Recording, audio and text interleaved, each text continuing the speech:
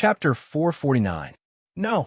Feeling the intense pain and the numbness that followed, Aquilum Gris finally realized that this assassination attempt on him was not a last-minute idea, but had been premeditated for a long time. In particular, the anti-magic force field on the arrow directly caused him to be unable to use any spells or magic items. He could only helplessly wait for death to descend. Ha ha! How does the kiss of the death god, tailor-made for you, taste? Accompanied by a burst of unbridled laughter, Deltigel Zelinda finally walked out from behind a bookshelf, followed by several other participants. He hooked his finger at the crossbow arrow that had pierced his chest, and this terrifying arrow let out an ear-piercing sound. Immediately after, it quickly turned into an 8-clawed shape, firmly grasping the heavily injured heart.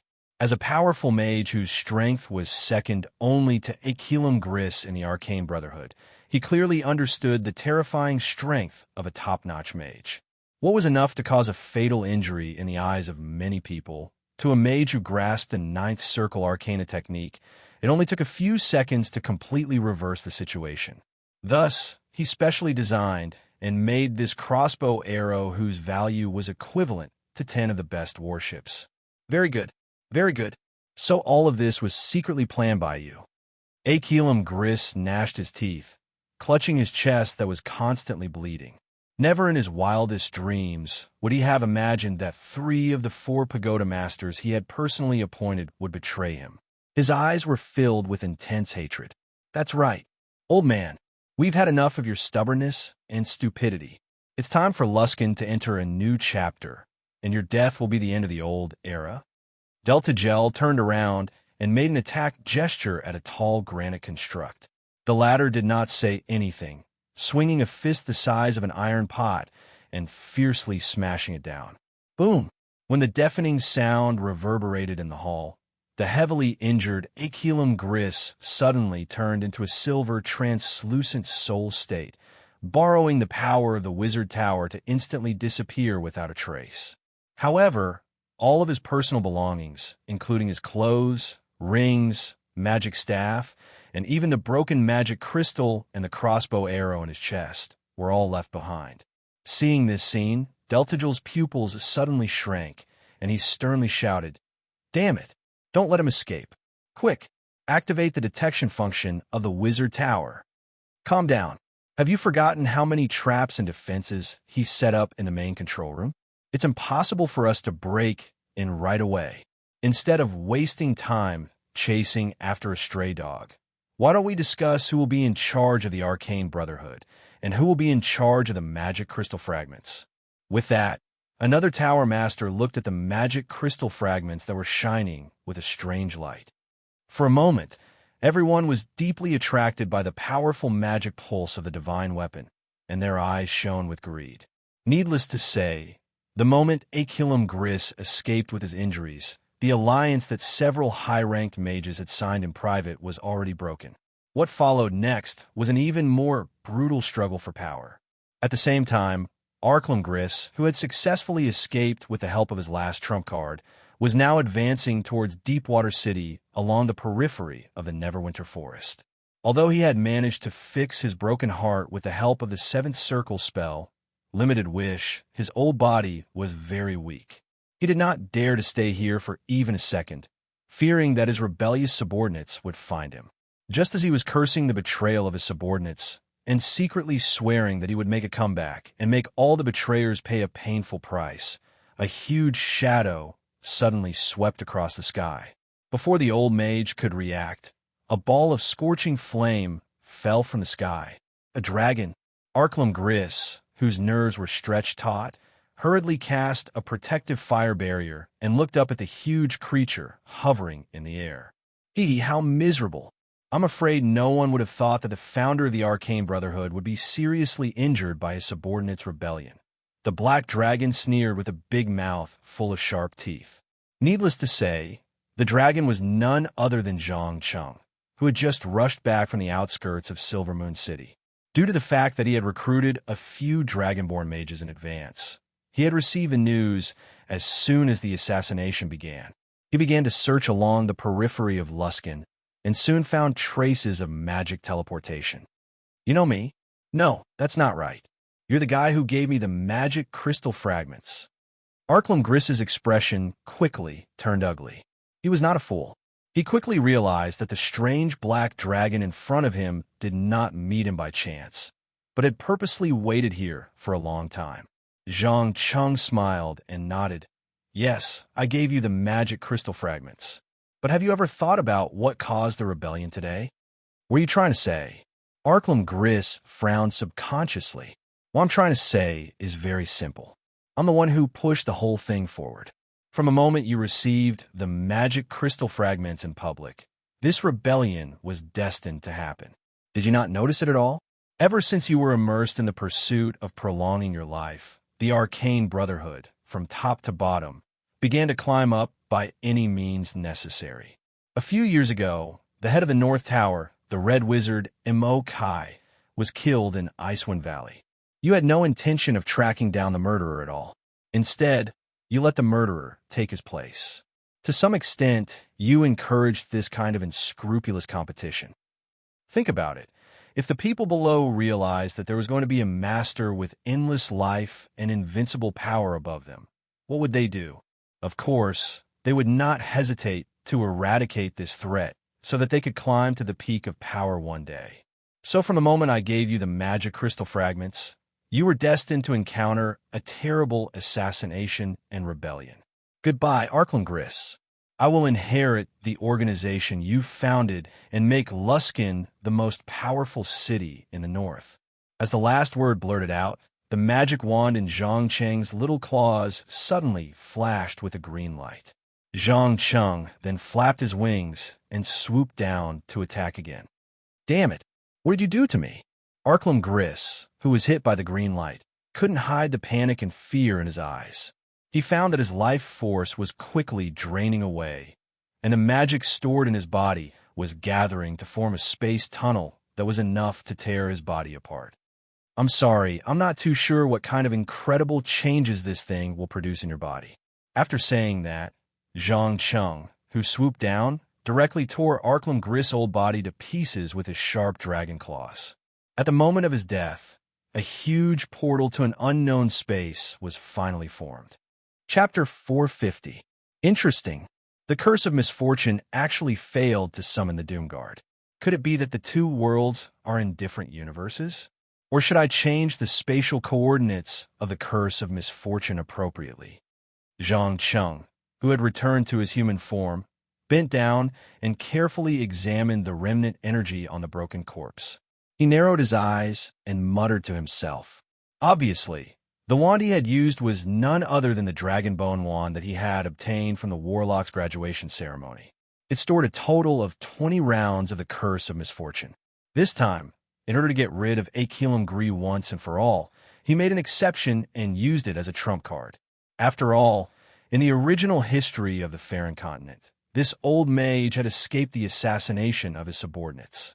Then, with the help of a demon from hell, he transformed himself into a powerful lich and returned to Luskan at some point in time to launch a great purge and regain control of the Arcane Brotherhood. Zhang Cheng did not want to have to be wary of the revenge of a lich who could continuously regenerate for a long time in the future. So, from the beginning, he had made up his mind to get rid of Akilam Gree and not allow him to escape. There was no doubt that his plan had succeeded. With Akilam Gree death, there was no second person in the Arcane Brotherhood that he had to be wary of. Even Delta Gel Zelenda, who had planned the entire assassination, was no more than a chess piece in his eyes. According to the plan, it would not take long for him to die in a fierce conflict with the Harpist Alliance. After completely cleaning up the old mage's broken corpse with the dragon's breath, Zhang Cheng quickly left the periphery of the Neverwinter Forest. Using a high-level teleportation spell, he quietly returned to a hidden house in the northern city of Luskan. Just as he got rid of the strong dizziness caused by the long-distance teleportation, the Moon Elf, who had been waiting for a long time, stepped forward and bowed deeply. "Welcome back, Master. Tell me, Valindra, what happened in the tower after Akilam Gree escaped with his injuries?" Zhang Cheng asked without turning his head. What else could have happened? Naturally, There was an endless struggle for power. The three tower masters and a few high-level mages are gathered together to discuss who should be in charge of the Brotherhood. I don't think they will be able to reach a compromise anytime soon. Valindra smiled and shrugged his shoulders, his eyes revealing a disdainful glint. Isn't that natural? In the past, Aquilum Gris had forcefully integrated the organization. Now that he was dead, the remaining people naturally wouldn't submit to anyone else. But I'm very curious, who got the broken magical crystals? After saying that, Zhang Chang changed into the long robe and cloak handed to him by the female elf. No one, as far as I know, in order to prevent their opponents from obtaining the broken magic crystals, those guys almost started a magic duel. Right now, this powerful divine weapon is placed in the public resting area of the central spire, under the supervision of all the members. Valindra recounted everything that had happened in the past few hours without hesitation. As the battle inside the steeple became more and more intense, she finally realized how terrifying her master was. Unknowingly, he had taken everyone into his calculations. Hearing that no one had obtained the broken magical crystals, Zhang Cheng had a playful expression on his face. He stroked his chin and continued to ask, "What about the North Tower? What is their attitude towards the North Tower under my control?" "They're trying to please you, my master." Delta Gel Zelinda even suggested that the entire Luskan be divided into 4 regions, with you in control of the entire North City. As she said this, Valindra's eyes shone with a strange light, as if she was hinting at something. "Oh, ha ha, they are really generous."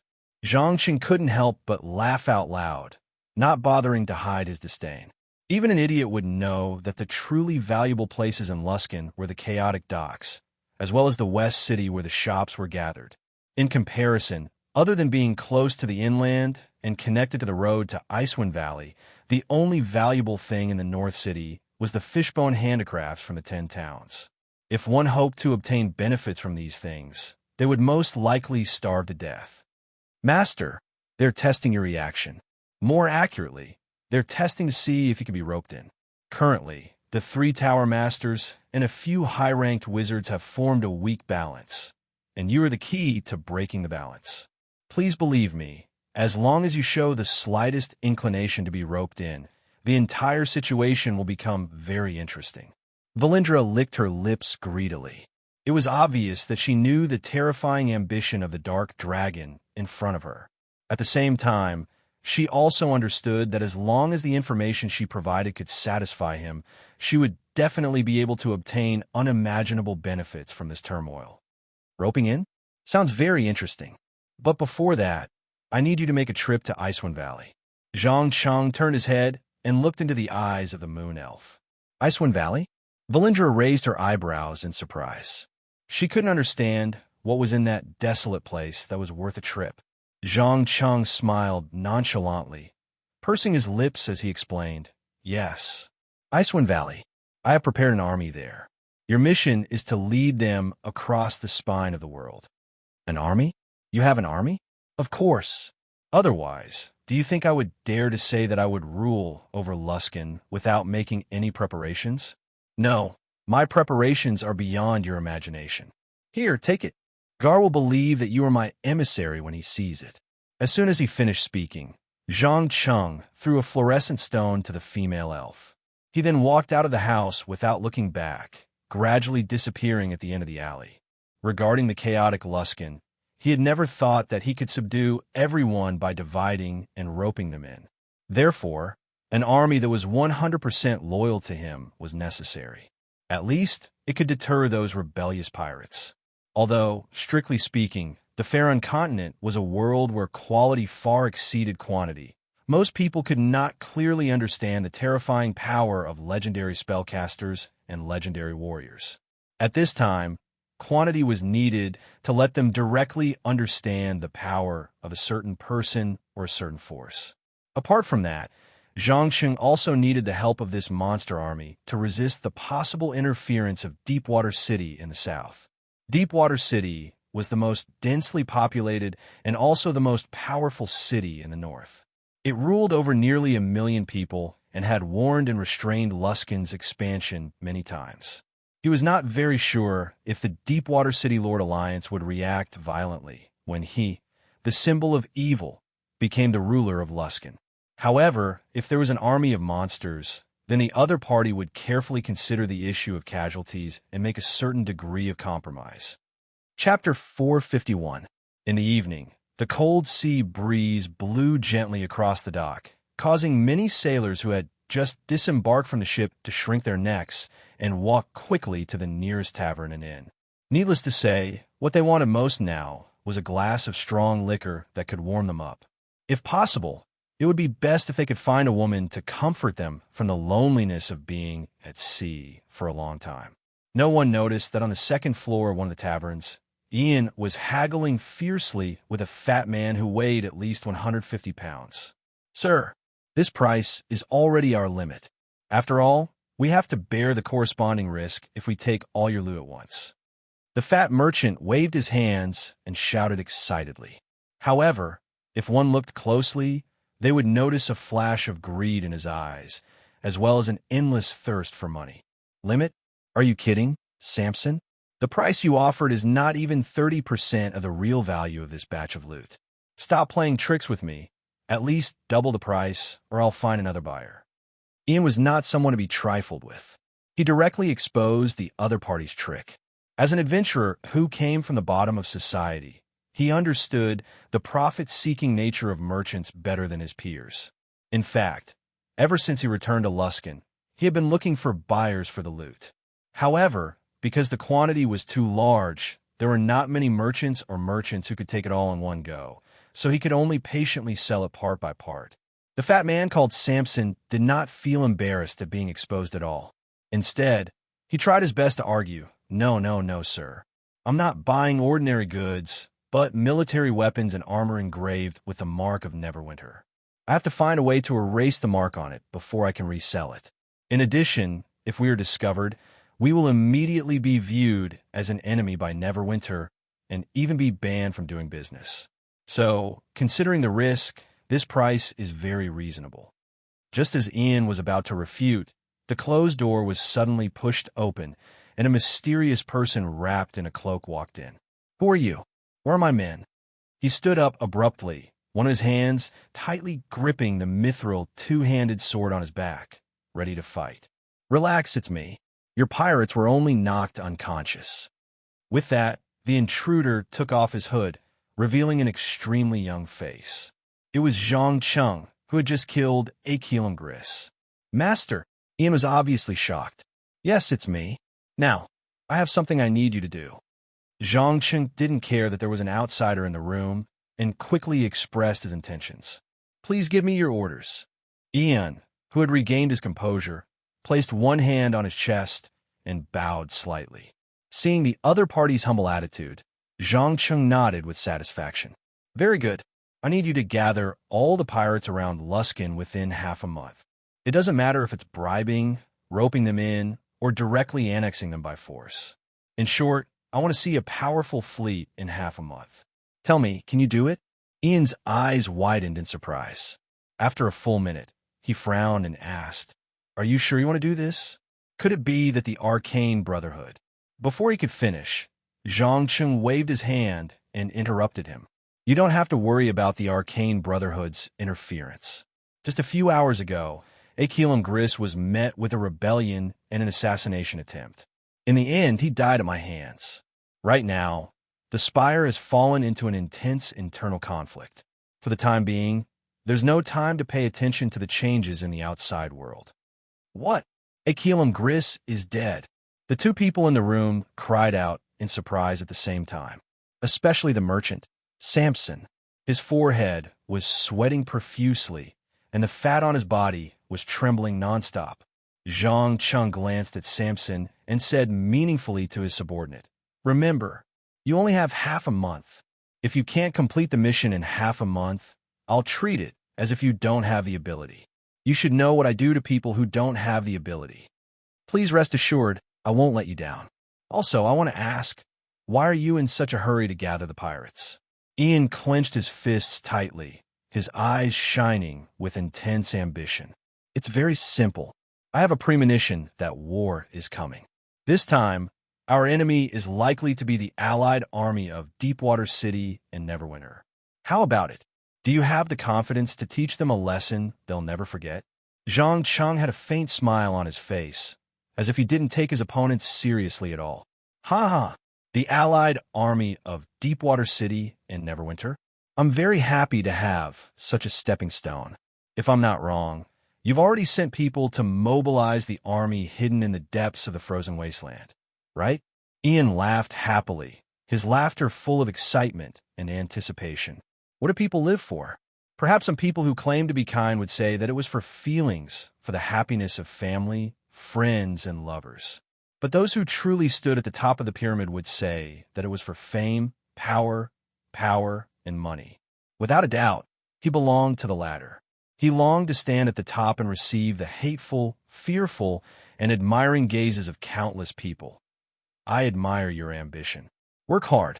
If you can satisfy me, I don't mind giving you what you want. As the last word fell, Zhang Cheng turned and disappeared at the end of the dark corridor. He knew that his subordinates knew how to deal with what came next. Thud! Not long after Zhang Cheng left, Samson immediately knelt down and begged in a trembling voice, Don't kill me. I swear I didn't hear anything, and I won't tell anyone. Ha! Do you think I'll believe these laughable promises? Ian sneered as he drew his weapon. I'm willing to work for you. You know, I have a very large merchant guild. I have dozens of high-quality cargo ships and dozens of four-wheel carriages. You can buy anything you need. Samson tried his best to show off his strength in order to survive this crisis. He wasn't a fool. He knew how important what he had just heard was. Under normal circumstances, he would definitely be killed. The only way to survive was to make the enemy feel that he was still useful. Oh, tell me, what can you provide me? Ian placed his sharp sword on the merchant's neck, a playful expression on his face. I can. Yes. Food. I can gather enough food for you. Didn't that lord mention that he has a large army heading south? I can prepare enough food for this army. Samson quickly came up with what he thought was a good offer. Chapter 452. Conspiracy, Betrayal, Assassination. In the wizard tower of the Arcane Brotherhood that was shaped like a withered tree, a fierce battle was still going on. The tower masters and high-ranked wizards who had joined hands to start the rebellion did not stop after Heavenspell Gris escaped with his injuries. Instead, they became more intense than ever, to the point where they even gave up control of the whole of Luskan in order to climb to the top of power. However, these battles fell into a strange silence when Zhang Cheng openly returned to the North Tower. Sitting in his private room, he continued to flip through the books in the library while asking without raising his head, How is it? Can you completely control the power in your body now? Yes, master. I can control water, communicate with the fishes and beasts in the sea, and even set off huge waves and tsunamis that are more than 10 meters high. Please allow me to express my gratitude. It was you who turned me from a lowly apprentice into what I am now. Sydney bowed elegantly. Compared to her previous appearance as an ugly duckling, she was now as beautiful as a water fairy, and her whole body exuded an unusual charm. Are you sure it's gratitude and not hatred? Zhang Cheng teased with a faint smile. Of course. I'm very sure. It was you who gave me great power and gave me a beautiful face and body. As a woman, what else can I be dissatisfied with? Although the methods you used were a little rough, I didn't mind at all. On the contrary, I like your strong sense of oppression, as well as your deep, evil heart. Saying this, Sydney took 2 steps forward and knelt down to kiss the back of the young man's hand, her eyes revealing a trace of morbid fanaticism. Zhang Cheng undoubtedly noticed this, and a strange smile appeared on his face. He was a little unsure whether this was her acting or a sign of Stockholm Syndrome. But before he could probe further, there was a rhythmic knock on the door from outside. Asterisk bang, bang, bang, bang. Asterisk, who is it? Zhang Cheng asked loudly, letting the female apprentice grab his left hand. Good evening, respected master of the North Tower. I am Delta Gel Zelenda, your good neighbor. A man's deep voice came through the gap in the door. Good evening, East Tower Master. Do you have any urgent matters to attend to? If not, please go back first. I'm going to rest. If there's anything, we can talk about it tomorrow. Zhang Cheng clearly knew the purpose of the other party's visit in the middle of the night. He put on an unapproachable look. Aren't you going to invite me in? You know, I brought a very nice little gift. What's more, I think it's good for both of us to talk. Delta Gel Zelinda clearly came prepared and didn't back down just because of a few words. Zhang Cheng narrowed his eyes and hesitated for a moment. Soon he smiled and nodded. All right, you've convinced me. Please come in. Just as he finished speaking, the closed door suddenly creaked, and then a man in a black robe with a thick black beard walked in. He looked to be in his early 50s, with some white hair on both sides of his temples. His brown eyes showed a strange green light, no doubt due to some kind of magic. 8 of his 10 fingers were wearing shiny rings, and it was hard to tell which one was a magic item and which one was purely a decoration to deceive others. In fact, most people in Faron continent who could afford to wear magic items would wear colorful gemstone rings on their fingers. They looked like nouveau riche. The advantage of doing so was to confuse the enemy so that they wouldn't know which magic ring was the real one. On the other hand, it was to deal with thieves. At least when they were stolen, there was a high chance that they wouldn't lose their precious magic items. Of course, no matter how many magic rings were worn on 10 fingers, only 2 of them would be useful in the end. In other words, only 1 magic ring could be worn on each hand. Otherwise, a series of unpredictable consequences would occur when the ring was activated, such as a violent explosion or being teleported to an unknown place. However, Zhang Cheng could sense that the mage with a short beard before him wasn't wearing some meaningless ornament. Instead, he was wearing a bunch of storage rings, each of which stored powerful spells.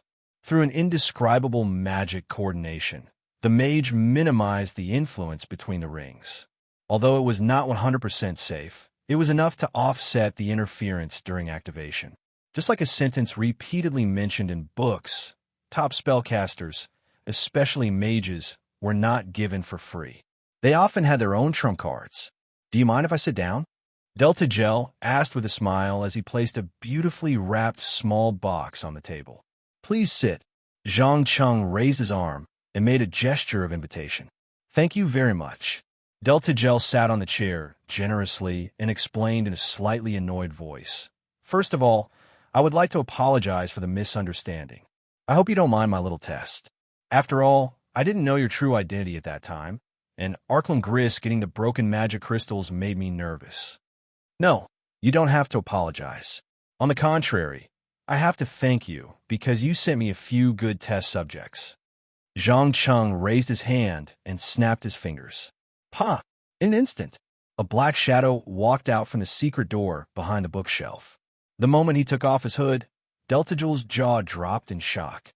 After half a minute, he exclaimed in disbelief, "A lich? You actually turned Joey into an undead lich." That's right. To be exact, he was the only one who succeeded out of the 3. The other 2 have already become idiots without any consciousness or memories. After saying that, Zhang Cheng waved his hand, indicating that his subordinates could leave. The lich named Joey didn't say anything. He merely lowered his head and bowed. Then, he dragged his dead body that hadn't completely decomposed back into the secret door. Since his phylactery was controlled, he did not dare to have the slightest thought of resisting. No matter what the master ordered, he had to carry it out unconditionally. Otherwise, if his phylactery was destroyed, as a lich, he would instantly turn into ashes. Interesting. Very interesting. Perhaps when I'm about to die from old age, I can consider asking you about the mystery of turning into a lich. But now, I think we should talk about the division of power within the Arcane Brotherhood, as well as who should be in control of the divine artifact crystal shards. Delta Gel calmly brought the topic back on track. He understood that the appearance of the lich was a demonstration of the black dragon's strength to him. Chapter 453. Early the next morning, in the common lounge of the Central Spire, the 4 Tower Masters, including Zhang Cheng and several other high-grade mages who were on par with the Tower Masters, gathered around a round table. In the middle of the table, there was nothing else but the famous divine artifact, magic crystal shards. Obviously, they were going to vote today to decide who would lead the Arcane Brotherhood in order to temporarily put an end to this dangerous power struggle. Of course, no one knew that two of them had secretly reached an agreement last night, nor did they know that a bigger conspiracy was looming over everyone's head. Ladies and gentlemen, due to the lack of results from yesterday's vote and the return of the North Tower Master, I suggest that we conduct a second round of voting to choose a leader as soon as possible. Otherwise, it is likely that the enemy will take advantage of this opportunity, Delta Gel suggested with a smile on his face. Compared to his previous rage and embarrassment, he was particularly confident today. From time to time, he did not forget to glance at a woman with a face very similar to a snake from the corner of his eyes. The latter was undoubtedly aware of his provocation. She sneered and asked, "Enemy? I'm not sure whether the enemy is from the outside or from inside the spire. Respected East Tower Master, do you think it is a wise choice to let a guy who gave away the magic crystal shards to become one of us?" "Ha, dear West Tower Master, it is precisely because of this that I am more willing to trust him. After all, he did not hesitate to abandon a powerful divine artifact, and besides managing the North Tower, he did not reach out to other places," Delta Gel replied, not to be outdone. Perhaps many people would think that this woman was born with a snake-like face, but he was very clear that it was an accident when she tried to integrate the blood of the Nagas into her body, which led to a series of chain reactions. The master of the West Tower, Yaru Teras, who was known as the Snake Face by the outside world, not only had a long lifespan like the snake people and a powerful magical talent, he could also spit out deadly venom from his back teeth. He was a very difficult opponent. In fact, excluding Zhang Cheng, who was an outsider, the other three Tower Masters' spellcasting levels were a little higher than Arkham Gree, which was why they had the courage to start this rebellion. "Oh, do you think so?" Yaru Teras stared at his friend with the eyes of a reptile. However, it was a pity that the others, who had long noticed the unfavorable atmosphere, all chose to remain silent. None of them stood out to oppose as she had expected. Seeing this scene, Zhang Cheng could not help but smile. He tapped the table with his right index finger, and after a full minute he said, "I know that you have a considerable degree of vigilance against me. But don't forget, I have made it clear that I came here to learn magic, not to the Tower Master's side, to participate in these boring power struggles. In fact, if not for the Tower Master's Tower Master, I wouldn't. You may not know this, but when Arkham Gree was wounded and fled, the Harpist League spies in Luskan had already sent word of it. It won't be long before Deepwater City and Neverwinter use this as an excuse to attack the trade of this city and weaken the pirate fleet that we are so proud of. Think well, if Luskan were to fall, what would he gain even if he were to gain supremacy? So, first of all, we need to unite and deal with the attacks of those so-called kind people. Don't think that war is far away from us. On the contrary, it is closer than ever. What? Are you saying that Deepwater City will declare war on us?" An advanced mage with a high status stood up abruptly, his face filled with shock. It was impossible not to be shocked. Anyone who had lived in Luskan for a long time knew that Deepwater City was like a curse that hung over the heads of Luskan's rulers. Every expansion and every conspiracy was met with the intervention of the Lords of Waterdeep City. It could be said that the two sides had fought more than 10 times, and Luskan had never won. To the Arcane Brotherhood, who ruled Luskan, Deepwater City was like the final boss in a game. They were almost traumatized by it. Why else do you think I'm sitting here? We have to unite and completely cut off the spies of the Harpist Alliance, making sure that they can't get any information. Apart from that, we have to make preparations for war, especially after a certain heroic pirate captain successfully plundered the port of Neverwinter, Zhang Cheng hinted meaningfully. In order to incite the hostility of these people towards the Harpist Alliance, he had made ample preparations. Especially when he had Ian plunder Neverwinter, he had definitely touched the most sensitive nerve of Waterdeep City. Normally, the Lords of Waterdeep City wouldn't care too much about the petty actions of the Luskan pirates. But now, they would probably do their best to gather information on the pirates to prevent themselves from being ruthlessly attacked. In the eyes of the Arcane Brotherhood, this kind of intelligence gathering was a naked provocation. Thus, as long as both sides started paying attention to each other's movements, an intense battle would be unavoidable. Damn it, you're right. We have to teach Waterdeep City a lesson that they will never forget. Otherwise, they will take a mile after taking an inch.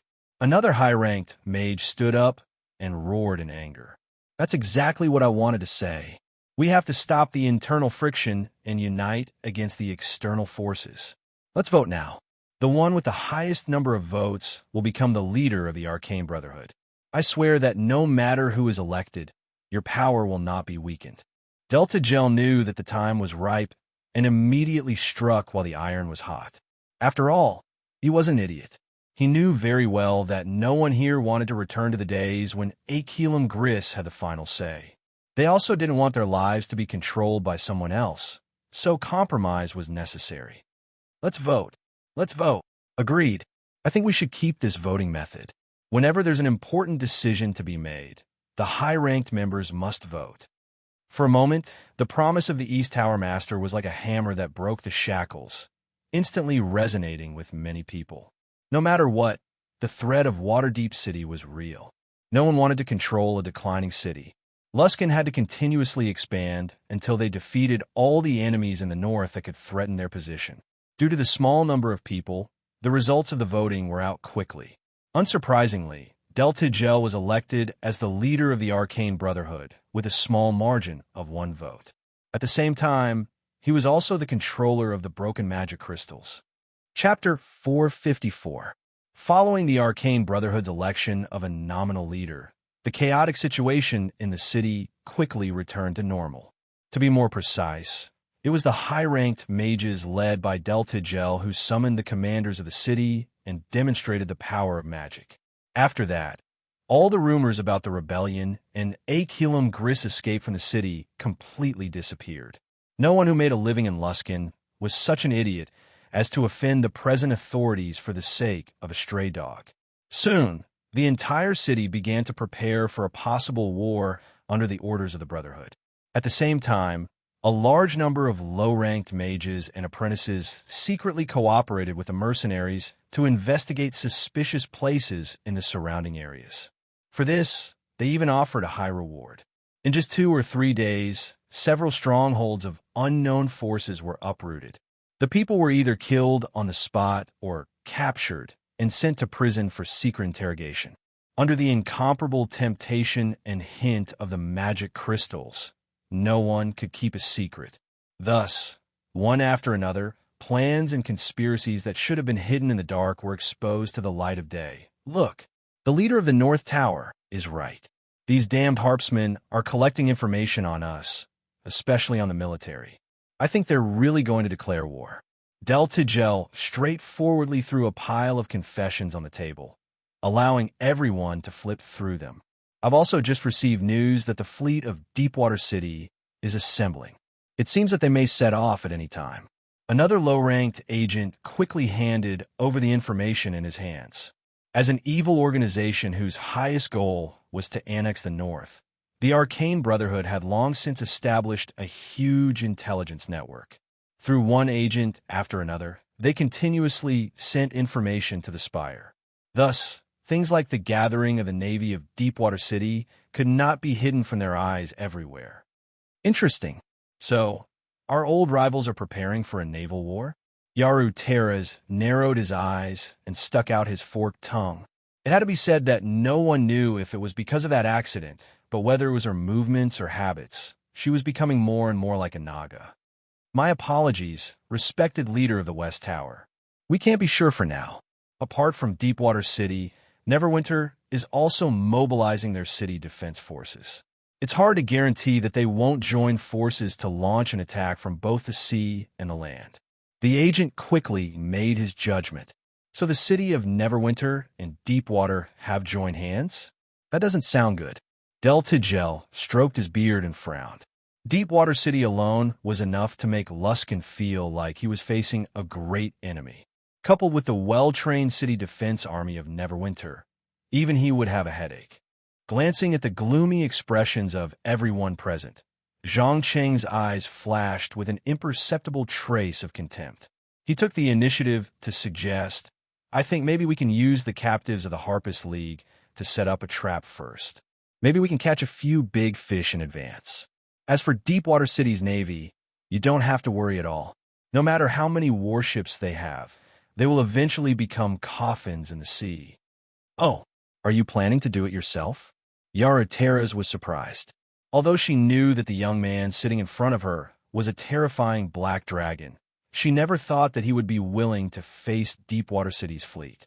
After all, Deepwater City not only had a large population, prosperous trade, and a well-equipped army, but also had famous legendary wizards like Kelvin and Layla. If any dragon was foolish enough to attack Deepwater City, they would most likely be beaten to a pulp by the dazzling array of powerful spells before they could even reach the city. No idiot would choose to cause trouble in Deepwater City or Silvery Moon City, which were protected by terrifying magic. Even entering the sight of some important people would put their lives in danger. It's hard to say, but I plan to meet the hero captain and stay on his ship for a while. If the situation is really bad to a certain extent, I will make a move, Zhang Cheng replied ambiguously. Delta Gel stared into Brendel's eyes, as if judging the credibility of his words. After about 10 seconds, he nodded, all right. In that case, I'll leave the battle on the sea to you. If any pirate captain disobeys the order, don't worry, I know what to do. Having said that, Zhang Cheng stood up and disappeared at the end of the corridor with Sydney, who had been following behind him. After watching the two leave, Yaru Teras asked with a faint smile, do you trust him? It's not about trust. Just like how he's using me, I'm also using him. I'm sure you can sense that he's no ordinary dragon. At the very least, I've never seen a dragon that's completely uninterested in wealth. So, he must have some unspeakable secrets. Delta Gel shrugged indifferently. Then what do you plan to do? Yaru Teras' eyes shone with a strange light. It's simple. Observe. I won't act rashly before he betrays us. Also, he was right about one thing. We can use the captives of the Harpist League to set a trap and lure those idiots who claim to be kind and righteous to their deaths. Delta Gel said as he gently stroked the broken magic crystal in his hand. Ever since he obtained this divine artifact of his dreams, he believed that no one in the tower could be his opponent. Even if he were to face the legendary chosen of the goddess of magic, he might not necessarily be at a disadvantage. Of course, all of this was the result of Clincinian's constant hints. Those who possessed the broken magic crystal would, without exception, be hypnotized by the illusions it gave them in their dreams. They would unknowingly become more and more arrogant and condescending. What was even more frightening was that it could read a person's desire hidden in the depths of their heart and transform this desire into steps that could be realized, guiding them bit by bit. Unfortunately, Delta Gel didn't realize this at all. Instead, he believed that he had enough ability to control the broken magic crystal and use the power of the divine artifact to defeat all his enemies. Finally, he would rule the North and establish a huge and powerful empire. Ambition, goals, and power. He had never been like this before.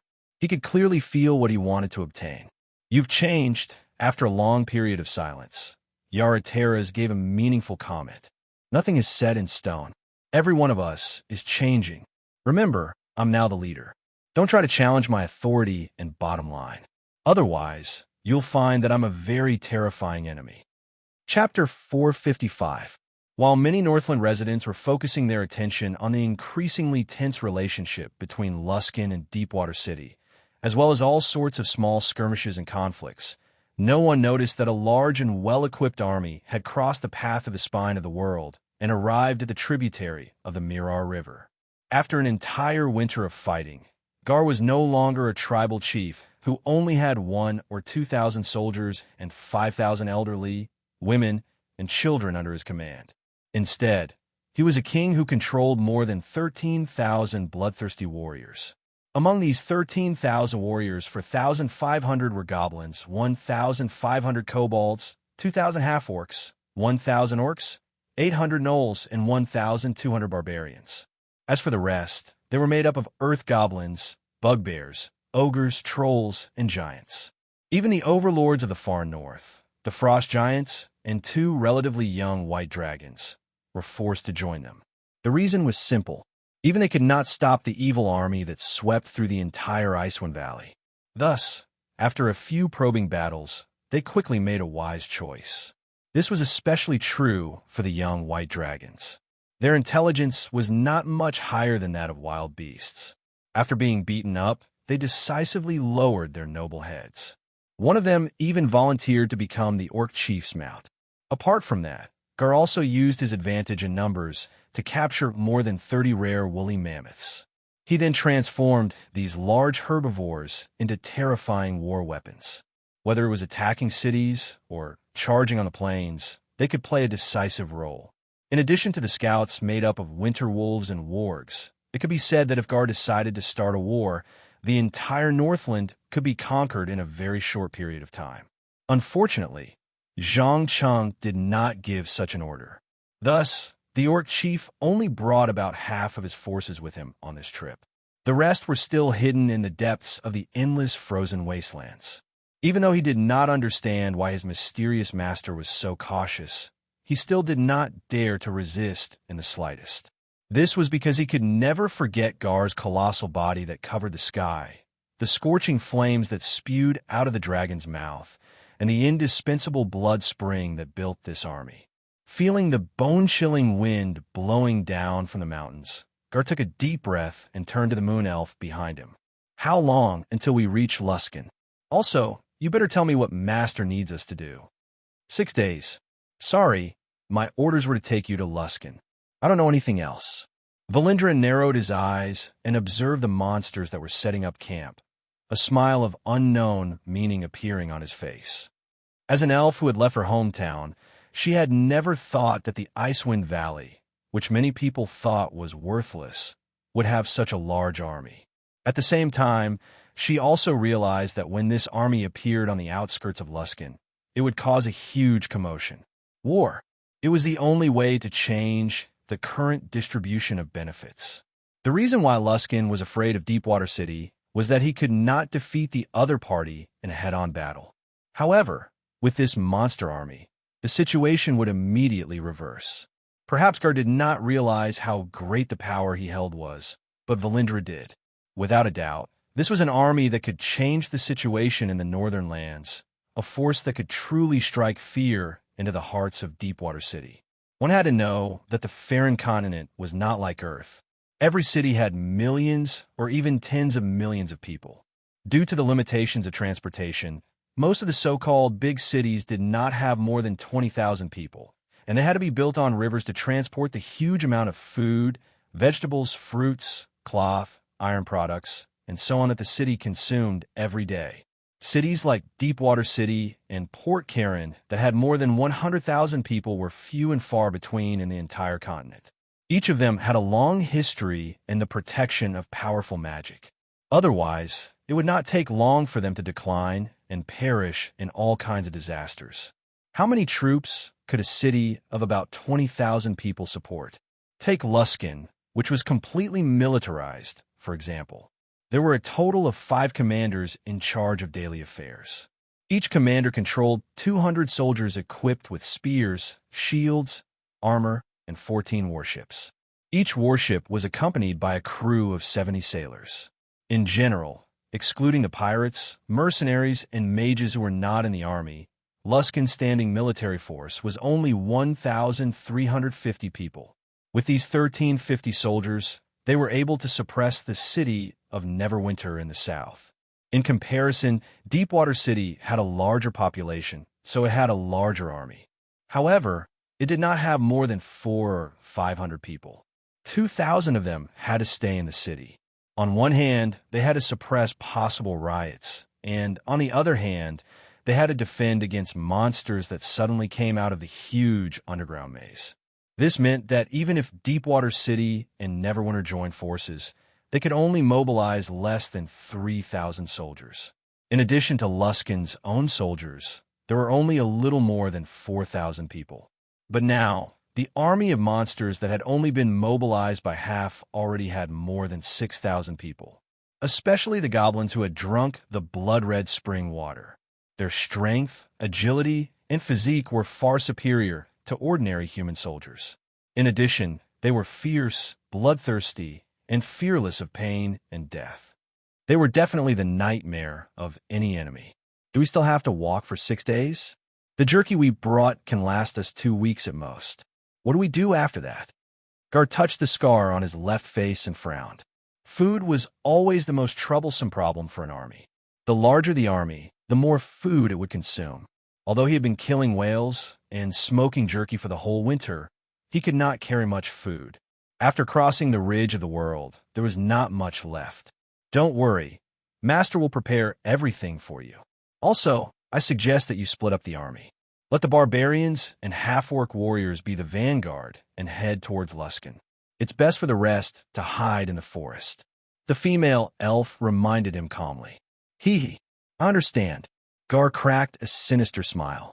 He was not the same as those of his kind who only thought about fighting and killing.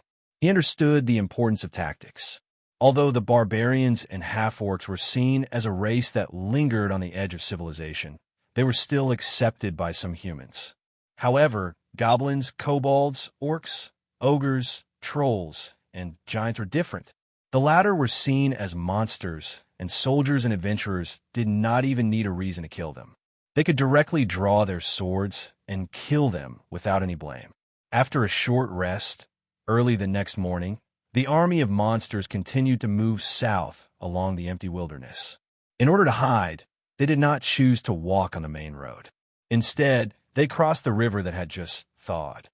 Chapter 456. On the surface of the sea, dozens of kilometers away from Luskan, a large fleet of pirates had already assembled. As the nominal supervisor of the Arcane Brotherhood, Zhang Cheng was currently sitting on the deck of the flagship, flipping through profound books he had borrowed from the library while eating fresh fish that had just been roasted in the kitchen. He completely ignored the vigilant Deepwater City Navy in the distance. Of course, this was not because he was arrogant, but because there were no cannons. Most naval battles in the Faron continent were completed by ballistae, catapults, bows, and mages. This was especially true for mages. A third-ring arcane spell, Fireball, could cause unimaginable damage to a warship in an instant. It was normal for a warship to be almost sunk. Thus, there was no need to panic before they felt the power of magic. In addition, there was also Cinny, an apprentice who had inherited the power of the Deep Sea Queen. Unless the opponent was driving a high-tech warship that could escape gravity or a powerful magic warship, they would all be thrown into the sea to feed the fishes. From the beginning to the end, Zhang Cheng had no intention of participating in this naval battle. He only wanted to get rid of the spies that were everywhere in the Spire, and then personally plan an attack to wipe out Delta Gel and the Harpist Alliance from Luskan. Perhaps in the eyes of many, the reason why the Arcane Brotherhood was so strong was because of those unruly high-grade mages. However, in his eyes, it was these fellows who constantly fought among themselves that caused the entire organization to be unable to unite. Otherwise, with just a few top-notch mages who could use ninth-ring arcane spells, they would not have to fear the interference of Deepwater City. Although clearing out these high-level spellcasters would cause the organization to enter a temporary state of weakness, from the perspective of long-term development, it was equivalent to digging out a huge tumor, making the entire organization more cohesive. They would no longer act separately like before, or even drag each other down.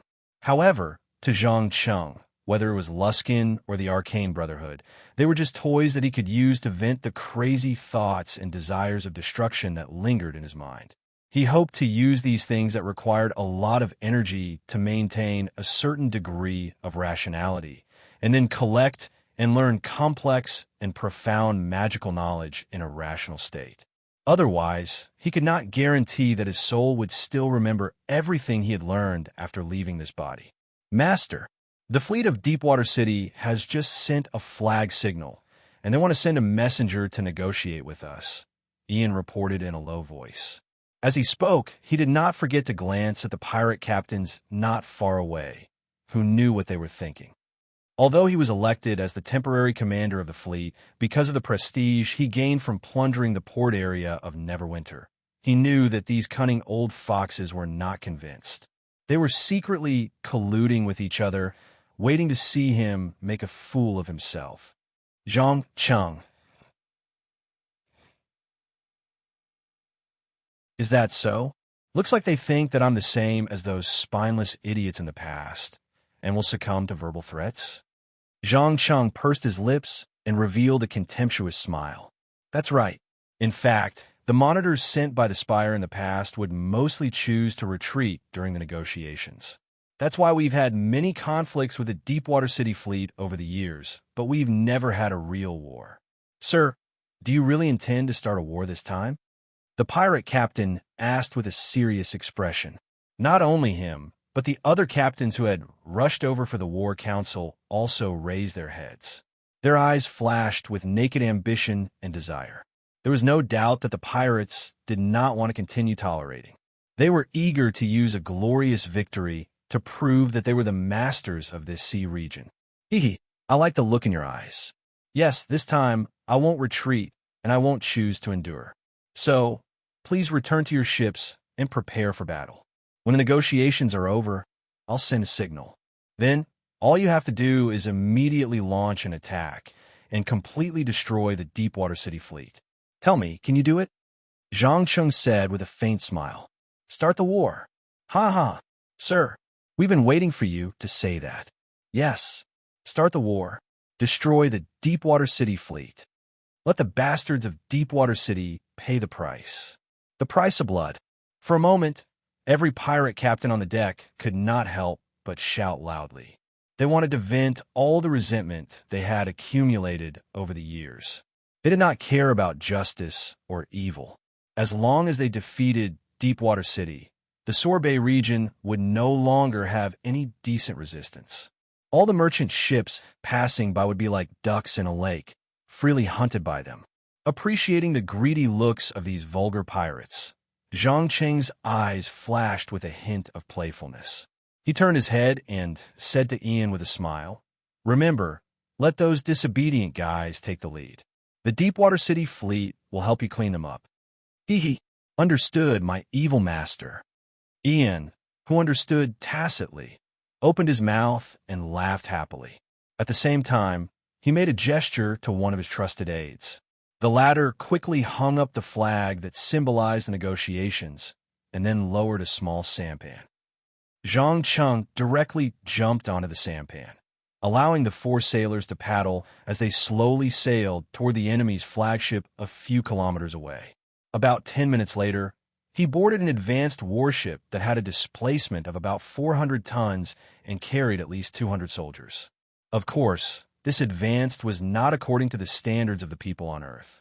It referred to a series of protective spells attached to the warship, such as protective flame enchantments, protective arrows, and so on. It could defend against common naval methods. Welcome, emissary from Luskan. A woman in a gorgeous silk robe bowed elegantly. She wore a strange mask on her face. No matter who saw it, they would immediately feel a trance, as if their vision had become blurred. There is no need to ask to know that this was a magic mask used to conceal the true identity of the wearer. According to the rumors from Deepwater City, anyone who wore this mask only had one identity, and that was the mysterious member of the Lord's Council. Chapter 457. Ha! Didn't Luskan also send you, the Master of the North Tower? The woman wearing the magic mask revealed one of Zhang Cheng's identities with a smile. However, judging from the number and quality of the troops on this flagship, she most likely did not know that the young man standing in front of her was not human at all, but a terrifying black dragon. Otherwise, there would be at least one or two high-ranked mages, warlocks, or priests present. The Lord's Council was a unique administrative system created by Deepwater City. It selected qualified talents from all walks of life in the city through a series of unknown and secret methods. Then, through observation, screening, and voting, it finally decided that someone would be crowned with the title of Lord and enter the highest decision-making level. These anonymous people with the title of Lord were the highest authority in Deepwater City. Some of them might be powerful mages, some might be famous adventurers, and some might even be merchants or peddlers. In any case, apart from the 16 people in the Lord's Council, no one knew their true identities. It was even more impossible to find out which old lord had retired and which new lord had taken over. Therefore, the attitude of the authorities of Deepwater City had always been to strictly protect the 16 lords, for fear that one of them would be attacked or kidnapped, directly causing the identities of the remaining lords to be exposed. What was the most frightening thing for a political system that relied on hiding one's identity to ensure the safety of the decision-making body? The answer was undoubtedly the exposure of one's identity. This was because once one's identity was exposed, it meant that endless temptations, threats, and revenge could be attracted. The lords were likely to do things that were not beneficial to Deepwater City for the safety of their relatives and friends. Deepwater City was obviously aware of this, and it specially made magic masks that could conceal one's identity. Moreover, no matter which lord went out, they would provide a large number of guards according to the need to ensure that no matter what happened, the lord could escape safely.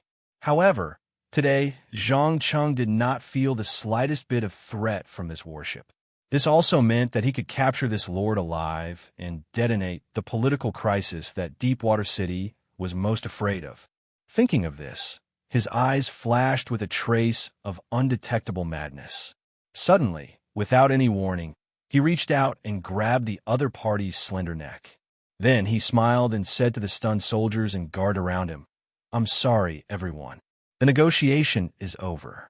From now on, Luskin and Deepwater City have officially entered a state of war. As for this noble lady, she is my prisoner for the time being." As soon as he finished speaking, a robust man wearing dark red leather armor was the first to react. Using the sunlight shining on the main mast, he instantly disappeared. In the next second, clang, the dagger flashing with magical radiance almost pierced Zhang Cheng's eye socket.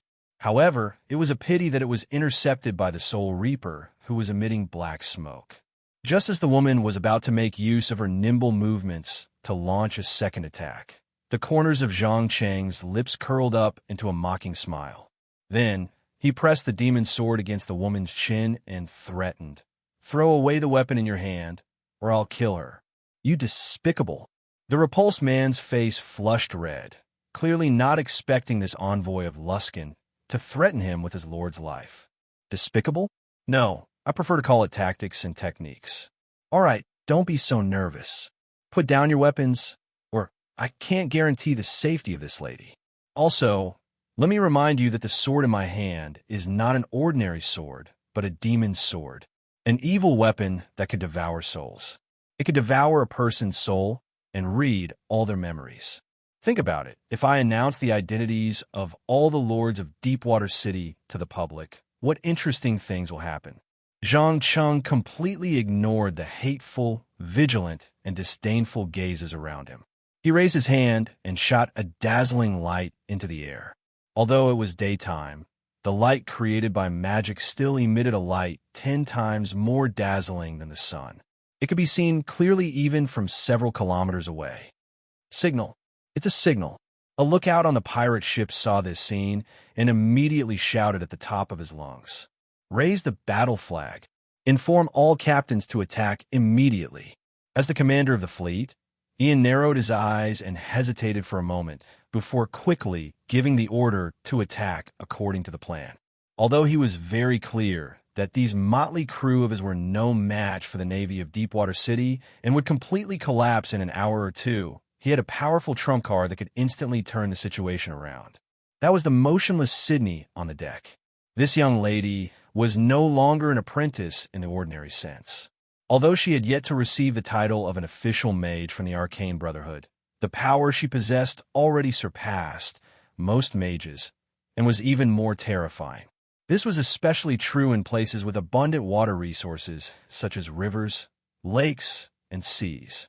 It could easily cause extremely terrifying destructive power, and it could even easily drown a city at a time. Of course, she didn't intend to display her true power today. She only calmed her heart and summoned the enormous monsters in the deep sea.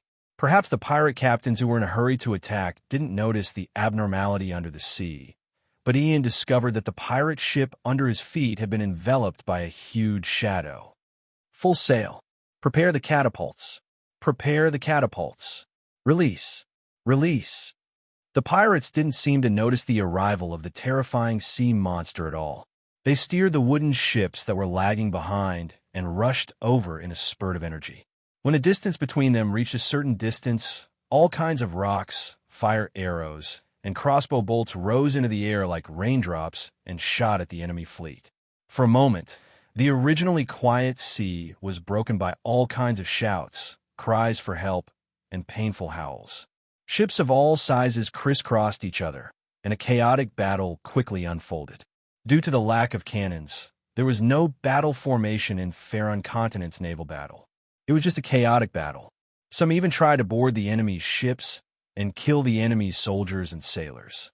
Anyway, in Zhang Cheng's eyes, this so-called naval battle was completely a continuation of the land battle. He didn't see the essence of a naval battle at all.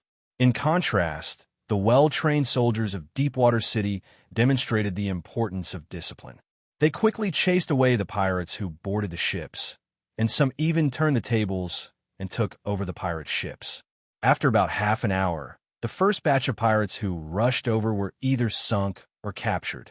It was simply a disgraceful scene. Chapter 458. Is this the result you want to get? A tragic defeat? The masked female lord didn't have the slightest awareness of being a captive. She turned around and sneered sarcastically. Even those who didn't understand naval warfare could see that the Luskan fleet was at an absolute disadvantage. It wouldn't take long for them to be slowly divided and annihilated by the navy of Waterdeep City. After all, pirates weren't a regular army and didn't have the so-called moral integrity. Once they realized that the situation wasn't good, they would definitely run faster than anyone else. If they couldn't run away, it wasn't a bad choice to surrender. In any case, saving their lives was the most important thing. Zhang Cheng wasn't blind. He naturally saw how badly these nominal subordinates fought. However, he didn't show the slightest bit of disappointment or anger. Instead, he smiled and said, "That's right. I need to borrow your strength to eliminate those unstable factors. Did you know? Not long ago, there was a rebellion within the Arcane Brotherhood. The original leader, Arklan Gris, was injured and fled. Now, Delta Gelzalinda is the new leader, and he has the famous divine artifact in his hands, magic crystal fragments." Magic crystal fragments? Clinchinian, an old man dressed as a mage, widened his eyes and exclaimed in disbelief. Yes. Since you know its name, you should have heard about the terrifying power of this divine artifact, right? In front of Clinchinian, most spellcasters are as weak as babies and can be easily killed. In addition, the magic crystal fragments also give the wielder unimaginable ambitions and desires. Otherwise, why do you think we started a war? Of course, it's to end the chaotic rule of Luskan and make everyone submit to the absolute control of the Arcane Brotherhood. Zhang Cheng pretended to be crazy and revealed some of the information that he had filtered out to the other party. It was obvious that he wanted to push Delta Gel to the forefront and become a thorn in the side of countless kind people and heroes. He believed that when Kirben and Lara of Waterdeep City heard this news, they would definitely be vigilant. Although they might not take action personally, there was no doubt that they would send the elites of the Harpist League to deal with this huge threat. At that time, regardless of whether they succeeded or not, Zhang Cheng, who was hiding in the shadows, would be able to take advantage of the chaos to eliminate everyone he saw as a threat and completely control Luskan. But it was a pity that the Overlord didn't know that.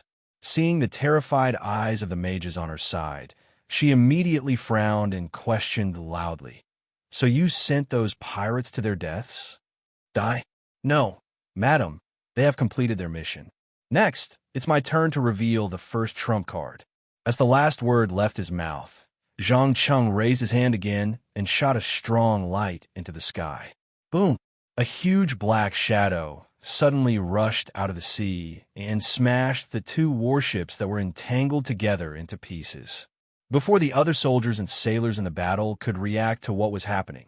Another ship not far away was also grabbed by tentacles covered in suction cups and slowly dragged into the sea. "See, sea monster! It's a sea monster!" No one knew who shouted, but then everyone around couldn't help but show a panicked expression, especially those ships that were close together. They didn't dare to continue fighting and swung their scimitars to cut the ropes, trying to escape the monster's attack range at full speed. As sailors who had sailed the sea for a long time, they had heard many legends about sea creatures in ports all over the world from the day they boarded the ship. For example, beautiful mermaids who used beautiful songs to lure men to mate, and ferocious Sawajin who attacked all ships. But among all these dangers, none of them could compare to the giant sea monster. Whether it was huge whales, dragon turtles, sea dragons, super octopuses, death sharks, or sea giants, they could easily overturn a warship that was very powerful in the eyes of ordinary people. Therefore, the Waterdeep City Navy and the first wave of pirates had no intention of staying to fight the sea monster. They only wanted to do one thing, and that was to escape as quickly as possible. Interesting. Is this the way to stay rational in the midst of madness? Watching the 4 to 5 gigantic sea monsters overturn and destroy the battleships one after another, as well as the desperate cries of the sailors who fell into the sea, Zhang Cheng's crazy mind was gradually filled with an indescribable enjoyment. Destruction and death. He felt that these things were like sweet spring water, giving him an unprecedented happiness. And after the happiness, his manic emotions were quickly suppressed, and reason once again took over. How is this possible? You actually control the sea monster? A middle-aged man dressed as a captain clenched the rope tightly, completely unaware that his fingernails had split open because of too much force. The navy that Waterdeep City was proud of was no different from a piece of paper in front of the giant sea monster. It was broken with a light poke, and in the blink of an eye, it was scattered everywhere. Except for the flagship, the rest had sunk to the bottom of the sea or were in the process of sinking. As for the mages on the ship, those with the ability had long cast teleportation spells to escape the hellish scene in front of them, while those without the ability followed the ship and became the sea monster's snack. Ha! How is it? Incredible, right? Remember, this is the power of broken magic crystals. Please send a message to the Waterdeep City Council. Either submit to Aquilum Gris or be crushed by his invincible power.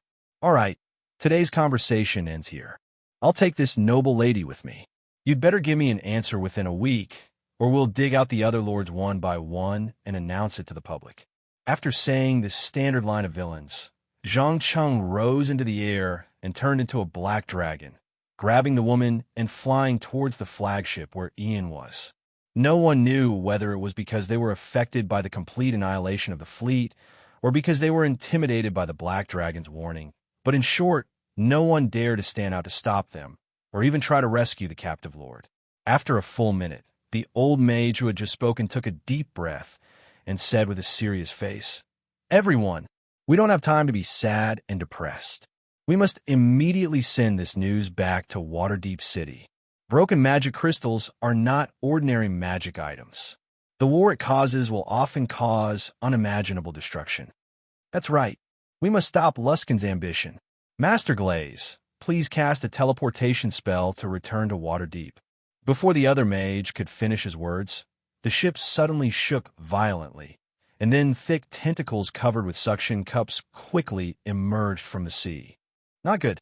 Master, don't worry about us. Let's go. You must bring the news back. Kerosene. Quickly pour the kerosene." Chapter 459. Amidst the chaos and ear-piercing screams, the last flagship of the Deepwater City fleet was slowly dragged into the water by the giant octopuses. Although the sailors and soldiers resisted with all their might, and even used magic, kerosene, and swords to cut off 2 tentacles, they still could not escape the fate of death. To be exact, Zhang Cheng had no intention of letting them go. When the old wizard disappeared from the deck with a long-distance teleportation spell, Sydney controlled one of the giant octopuses to launch the final attack. From the start to the end of the battle, It took less than 50 minutes for the Deepwater City Navy, the largest and most well-equipped in the Bay of Swords, to disappear completely, leaving only wooden barrels, masts, and broken boards floating on the surface of the sea. As for those who fell into the water, they were all devoured by the giant sea monsters swimming under the surface of the sea. Not even a bone was left behind. Gods above.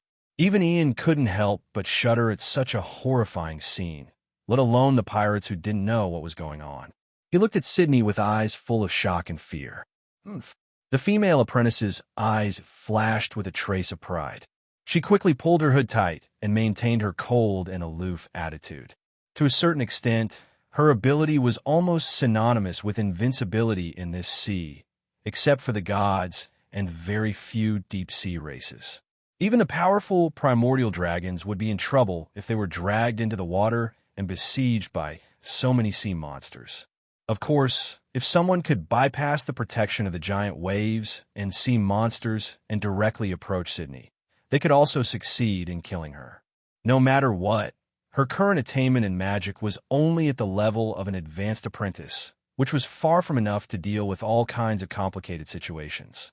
Otherwise, Zhang Cheng would have used the terrifying power of the Queen of the Deep to teach the city of Neverwinter and Deepwater City a lesson. After all, the saddest thing about being a coastal city was that it could never withstand the impact of giant waves and tsunamis. Perhaps powerful spellcasters could escape with the power of magic, but most ordinary people could not. Once they died, the city could no longer be called a city. However, Zhangqing obviously would not use such a big move so easily. After all, there were all kinds of gods in the Faerun continent. According to the progress of history, in 2 years, it would be the famous time of troubles. His Majesty Aio, the god of gods, would strike the gods down to the mortal world and walk as a saint. If he really did such an inhumane thing, the good gods and their believers would definitely come to him to get rid of the evil for the people. Before he was sure that he could fight against a god, he had to suppress all kinds of crazy thoughts of seeking death in his mind, especially the strong temptation and impulse to kill a god. After dealing with the enemy's fleet, Zhang Cheng did not stay on Ian's ship for too long. After ordering the remaining pirates to attack Deepwater City, he flew toward Luskin with the unconscious female overlord. He knew very well that the woman he had captured was a big trouble, a bomb that could explode at any time. Whether it was the lords of Waterdeep City or the spies and assassins of the Harpist Alliance, they would do their best to rescue him. This also meant that whoever captured him would have to be prepared to face the fierce counterattack of these two powerful organizations. Zhang Cheng's purpose was very simple. He wanted to gift the female overlord to Delta Gel. Then, he would wait for the two sides to fight to the death. At the critical moment, he would make the final move. In fact, the terrible desire to destroy did not affect his intelligence at all. On the contrary, it was this feeling of breaking through the boundary between madness and rationality that made his way of thinking undergo an earth-shattering change. He became darker and more unscrupulous. The terrifying means that he would not use in the past were now used without any burden in his heart. It was all for the sake of surpassing his own limits. After a short flight, Zhang Cheng finally returned to the steeple of the Arcane Brotherhood before dark. However, before he landed and transformed back into his human form, Delta Gel, who had been waiting for a long time, came out to greet him with open arms. "Welcome back, the respected leader of the North Tower, the hero of Luskin." "Haha, looks like you already know the result of the battle." Zhang Cheng landed steadily on the ground and threw the almost frozen captive to an apprentice while he transformed back into his human form. As a world that had developed magic for tens of thousands of years, the spellcasters of Faerun naturally had all kinds of investigative methods. Among them, divination spells could detect and predict the future, so he was not surprised that Delta Gel knew about the annihilation of Waterdeep City's fleet. With the help of the Wizard Tower, a crystal ball with positioning could show everything that happened in the sea in real time. Of course, controlling the sea monsters. What a miraculous and powerful power. From today onwards, the entire west coast of the continent will be under our control. Please allow me to represent the Arcane Brotherhood in expressing our respect for your contribution. From today onwards, all of Luskan's warships will be under your control. Delta Gel made a beautiful speech in front of countless pairs of eyes. At first glance, it sounded like a great power to control all the warships of Luskan, but in fact, the ability to control the sea monsters was enough to render the warships useless. In addition, Ian had already integrated the remaining pirates. Almost all the sea forces of Luskan were under Zhang Cheng's control. He did not have to pay any price at all. Without a doubt, Zhang Cheng was also aware of this point. Without batting an eyelid, he bowed slightly. Thank you very much. Oh, right, I've captured a Lord of Waterdeep City. I'll give it to you as a gift. If there's nothing else, I'll return to the North Tower first. There are still many interesting books and notes waiting for me to study. No problem. Go ahead. No one knew what Delta Gel was thinking, but he took the initiative to leave the only entrance to the spire. After watching Zhang Cheng's figure disappear at the end of the corridor, a gloomy expression appeared on Delta Gel's face. He clutched the broken magic crystal tightly and muttered to himself in a voice that only he could hear. Controlling sea monsters and spitting fire. Is this really something a black dragon can do? What's his purpose in coming to Luskan? After becoming the supreme leader of the Arcane Brotherhood, he no longer only looked up as before. Instead, he was more worried about the threats behind him. After all, the spellcasters who joined the Arcane Brotherhood were not kind men and women. Once they had the chance, they would never let go of the idea of killing their superiors. The rebellion that happened not long ago was the best proof. Chapter 460. In the evening, in a private room on the top floor of the North Tower, Zhang Cheng was looking at the city filled with chaos and desire through the only window. After a full minute, he turned around and asked the Moon Elf, "So my army has arrived at the outskirts of Luskan?" "Yes, master. You'd better find a way to solve their food problem as soon as possible. Otherwise, the army will starve in a few days," Valindra quickly reminded. "Don't worry, I've already prepared enough food. I'll have someone send it to him as soon as possible." Recalling the scene of the fat merchant kneeling in front of him and swearing loyalty to him a few days ago, Zhang Cheng couldn't help but curl his lips into a playful smile. It was also because of this great merchant support that he was able to gather enough food for an army of thousands without alerting anyone. After all, Luskan was located at the bottom of the Icewind Valley in the spine of the world. According to Earth's standards, it belonged to the periphery of the Arctic Circle. Although it wasn't impossible to grow crops, due to the short summer, the yield wasn't very high. They mainly relied on fishing, grazing, and a few large-scale farms to support their internal consumption. This also meant that the food produced here wasn't enough to support an army of thousands. They had to buy food from Deepwater City and Neverwinter, which were further south. However, with the current tense situation, even ships flying the flag of Luskan would be greeted by various catapults and ballistas as soon as they approached the coastline, let alone buying food. However, it was different for foreign merchants. They often had many flags. When they entered the Sea of Luskan, they would fly the flag of Luskan. When they entered the Sea of Deepwater City, they would fly the flag of Deepwater City. Even during wartime, they would still be able to come and go freely on this chaotic land. Valindra nodded thoughtfully. "Understood. I'll let Chief Gar make the preparations. If you don't mind, when do you plan to mobilize them?" "When Delta Gel is defeated. If I'm not wrong, with the magic crystal fragments, he's probably secretly gathered many monsters from the forest. If nothing goes wrong, he'll attack Neverwinter in a week or so. Deepwater City will not sit idly by and watch their allies be destroyed. They will soon send reinforcements. So the decisive battle will be in the city of Neverwinter." Zhang Cheng explained the next step of the plan without hesitation. It was because he knew the essence of Clinchinian too well. It was a terrifying magic item created by 7 powerful liches through a complicated magic ritual, fusing with the endless desire for destruction in the bottomless abyss. Therefore, every owner of the broken magic crystal did not end well. They were either killed by a dagger from behind or became a stepping stone for heroes like Akar Kaiser.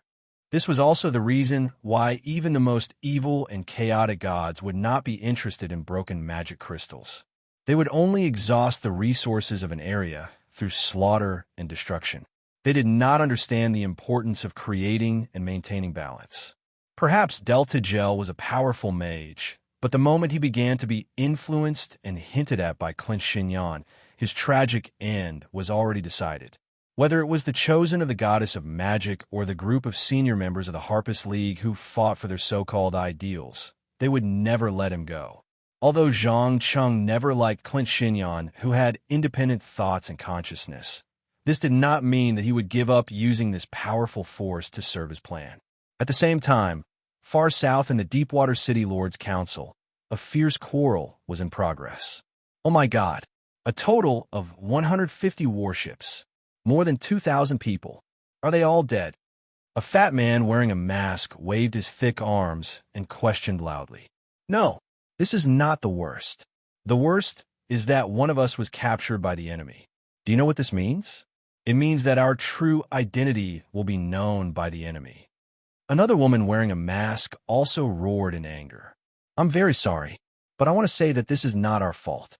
The enemy is just too powerful. Can you believe it? They can actually control sea monsters. And the so-called master of the North Tower is a dragon. A terrifying black dragon. Oh my goddess of magic. I've never seen such a huge dragon. It's twice the size of an adult red dragon. The old mage who escaped alive explained, trembling all over. Twice the size of an adult red dragon. Damn it. Could be an ancient black dragon that woke up from its slumber? Also, what's with controlling sea monsters? Information. We need more information. Is there any news from the Harpist League? For a moment, the other dozen masked lords became nervous. Regardless of whether it was the annihilation of the fleet or one of their members being captured by the enemy, all of this had stimulated their most sensitive nerves. Some of them even clamored to send an army to flatten Luskin and let the bastards of the Arcane Brotherhood have a taste of their own medicine. Just as the venue began to become noisier and noisier, the closed door was suddenly pushed open, and a middle-aged man with a serious expression walked in. As soon as he appeared, the originally chaotic meeting room suddenly fell into a dead silence. The old mage with white hair and beard did not care about anything else. He hurriedly bent down and bowed deeply. Master Kelvin. Obviously, the newcomer was none other than the patron saint of Deepwater City, one of the highest leaders of the Harpist League, the second chosen of the goddess of magic, and the famous legendary mage in the Faron continent, Kelvin Blackstaff Aruzan. It was said that he mastered almost all the magic in this world, especially the series of Blackstaff spells that he created. Even the goddess of magic was amazed by them. The powerful mage first frowned and glanced at everyone, then said in a low voice, "The spies of the Harpist League have just sent the latest news. The owner of the magic crystal shards, Delta Gel, is wantonly recruiting monsters in the forest. It won't be long before they launch an attack on Neverwinter. As allies, we can't sit back and watch evil expand. Everyone, the war has begun. You'd better put aside your prejudice and unite." Will the Tower of Order participate in the war? The fatty who spoke first asked in a hurried tone. Yes, it's not just the Tower of Order. The churches of the God of Justice, the God of Protection, and the God of Dawn have also said that they will send a large number of priests and paladins. The magic crystal shards are a dangerous artifact. We must destroy them and their owner. Kelvin gave a direct and affirmative answer. Then what are we waiting for? Let's declare war. Yes. Give the order in the Lord's Council. Assemble the city guards. This time, we must completely destroy the armed forces of Luskin. Let these evil people no longer be a threat to the surrounding areas. Chapter 461. Do you know? Many people mistakenly believe that magic is only a form of power, a power that can change fate and make oneself stronger. However, they do not understand the essence of magic. The most precious and essential thing of magic is creation. It is change. It can be called a technique. It can be a form of knowledge. It can also be a tool to protect oneself or defeat an enemy. Arcane spells, divine spells, special abilities, and even the divine power used by the gods were all external manifestations of magic. This was especially so after the goddess of magic weaved all the energy in the world into the weave according to a certain sequence. All spells were much easier and more convenient to cast. But this also caused many mages to give up their desire to explore the truth and the essence of magic. They were satisfied with the convenience provided by the weave, satisfied with their superior social status, and the wealth that magic could bring them. Only a few top spellcasters who felt the upper limit of the weave and the restrictions placed on mortals by the goddess of magic would choose to break free from the restrictions of the weave and use the primitive magic energy to construct their own spell models. Although this was difficult and would lead to a lot of consumption and wastage, it could break free from the restrictions and create legendary spells that were more powerful than Ninth Circle spells. It must be noted that in the golden age of the ancient Netheril civilization, great arcanists could easily cast powerful spells above the 10th Circle. They created the floating city, the core of Misra that could draw energy from the weave, and Karsus was even able to kill one of the most powerful gods of his time with the 12th Circle spell. However, look at how many mages are brave enough to do such a thing now. Your thoughts are firmly confined to a narrow space. That god's lackey, Elminster, actually thinks that magic is a dangerous power and warns everyone not to use it as much as possible. Ridiculous. From today onwards, I will lead you to regain the glory of magic and explore the deepest mysteries behind the weave, uncovering the hidden truth. Rejoice, my servants, a new era is about to come. Zhang Cheng stood on the spiral staircase in the public area of the North Tower, speaking in an impassioned tone to the dozen or so subordinates who had been transformed into dragons. To be more precise, he needed to give these ambitious fellows a clear goal so that the Arcane Brotherhood would not fall into internal strife again after he took over. As Delta Gel had not yet solved the many obstacles left behind by Aquilum Gris, he could not enter the central control room and control the Mage Tower like Aquilum Gris. This caused him to be seriously insecure. If it was not necessary, he would not want to stay in the central spire at all. Instead, he lived in the Magic Crystal Tower made out of replicas of broken magic crystals. As the army of Deepwater City approached Neverwinter by land, the nominal leader of the Arcane Brotherhood completely gave up control of the spire and devoted all his energy to the upcoming battle. Under the constant hints of broken magic crystals, he was no longer a powerful mage. He was a monster driven by endless desire and ambition. Of course, the Arcane Brotherhood, the Araf, the Brotherhood of the North of the Northland, and turned to delve into the mystery of magic. A man in his 30s with messy brown hair raised his head and asked fervently. In fact, he was an old man on the brink of death a few days ago, but the potion provided by the Moon Elves allowed him to regain his youth and strength. As a price, he had to pledge his loyalty to his new master and give up everything he had. Perhaps he was a little resistant to this change at the start, but after seeing it with his own eyes, his resistance quickly turned into an indescribable impulse. The impulse to kneel down and obey and praise, as if the young man in front of him was the master he had been waiting for his whole life. It was not just him. Almost all the wizards and warlocks who had been transformed into Draconian had the same feeling. Through the power of the dragon's blood, Zhang Cheng could even discern everyone's emotions. He replied with a smile, "These two things do not conflict. We can find some entertainment for ourselves while studying the mysteries of magic." Entertainment? Valindra raised his eyebrows in surprise. Why? Don't you think that destroying the spirit and will of the highest leader of Silvery Moon City, Illustrial, is a very interesting thing? Zhang Cheng pursed his lips and hinted meaningfully. "Oh, can you tell me what you plan to do?" Valindra was obviously very interested in this topic, his eyes filled with intense curiosity. Zhang Cheng shrugged nonchalantly. "It's simple. Hasn't she always appeared in the eyes of the world as a righteous, selfless, benevolent protector? We'll use this to create a few tragedies and make everyone realize that she's not omnipotent. Then we'll find a few potential targets to guide and nurture. At that time, these people will start to wonder why the lady hope they revered did not come to protect them. Why do tragedies only befall them? Suspicion and suspicion will not take long to turn into hatred, and then hatred will turn into an intense desire for revenge. Think about it. If one day Illustrial found out that the people she tried her best to protect hated her and attacked her again and again to kill her, would her spirit and will still be as strong as it is now? If her spirit and will were no longer strong, would she fall like the paladins? If she fell, would Silvery Moon City still be Silvery Moon City? If the other chosen of the goddess of magic knew about this, would they choose to become enemies, or would they risk their lives to save her once noble soul? There are too many unknowns waiting for us to explore. This is the game that a powerful spellcaster's organization should play. As for expanding our territory or ruling the world, that's too boring. I don't mind secretly supporting one or two puppets to play with, but I definitely won't invest all my energy and resources into them. Our goal is to be the mastermind behind the scenes, not to walk up to the front like we are now and become the target of countless attacks.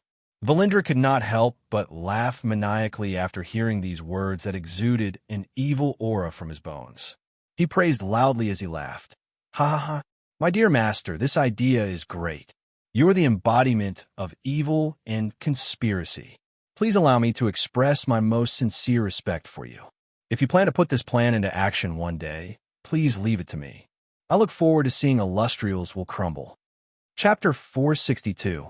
In May 1357 of the Valley Calendar, a piece of history that was destined to be remembered and an important part of Zhang Cheng's crazy plan was finally about to take place in the plains 10 kilometers away from the walls of Neverwinter.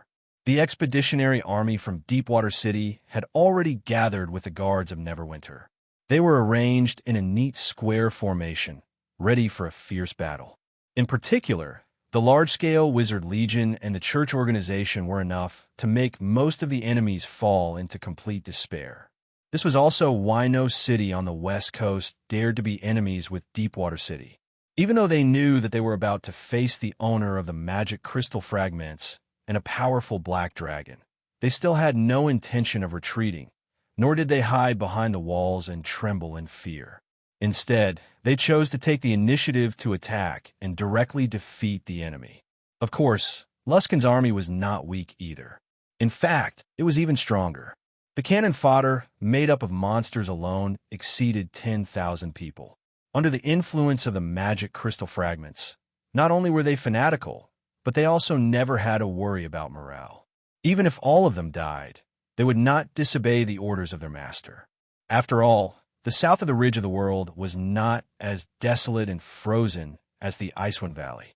For a powerful wizard, as long as he was willing to spend some time, it was easy to find various tribes of goblins, orcs, half-orcs, and gnolls. Then, with the help of the magic crystal fragments, he could control their leaders and make them work for him.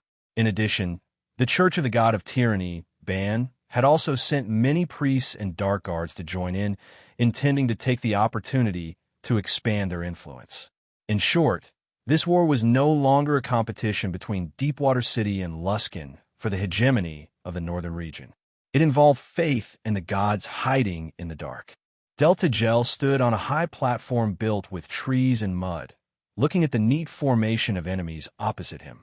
He suddenly turned around and asked with a smile, "My dear friends, after this war, what do you think we should do with Neverwinter? Send people to take over it, or destroy it directly?" Destroy it, of course. I hate this city. I hate that old guy who always pretends to be kind and righteous.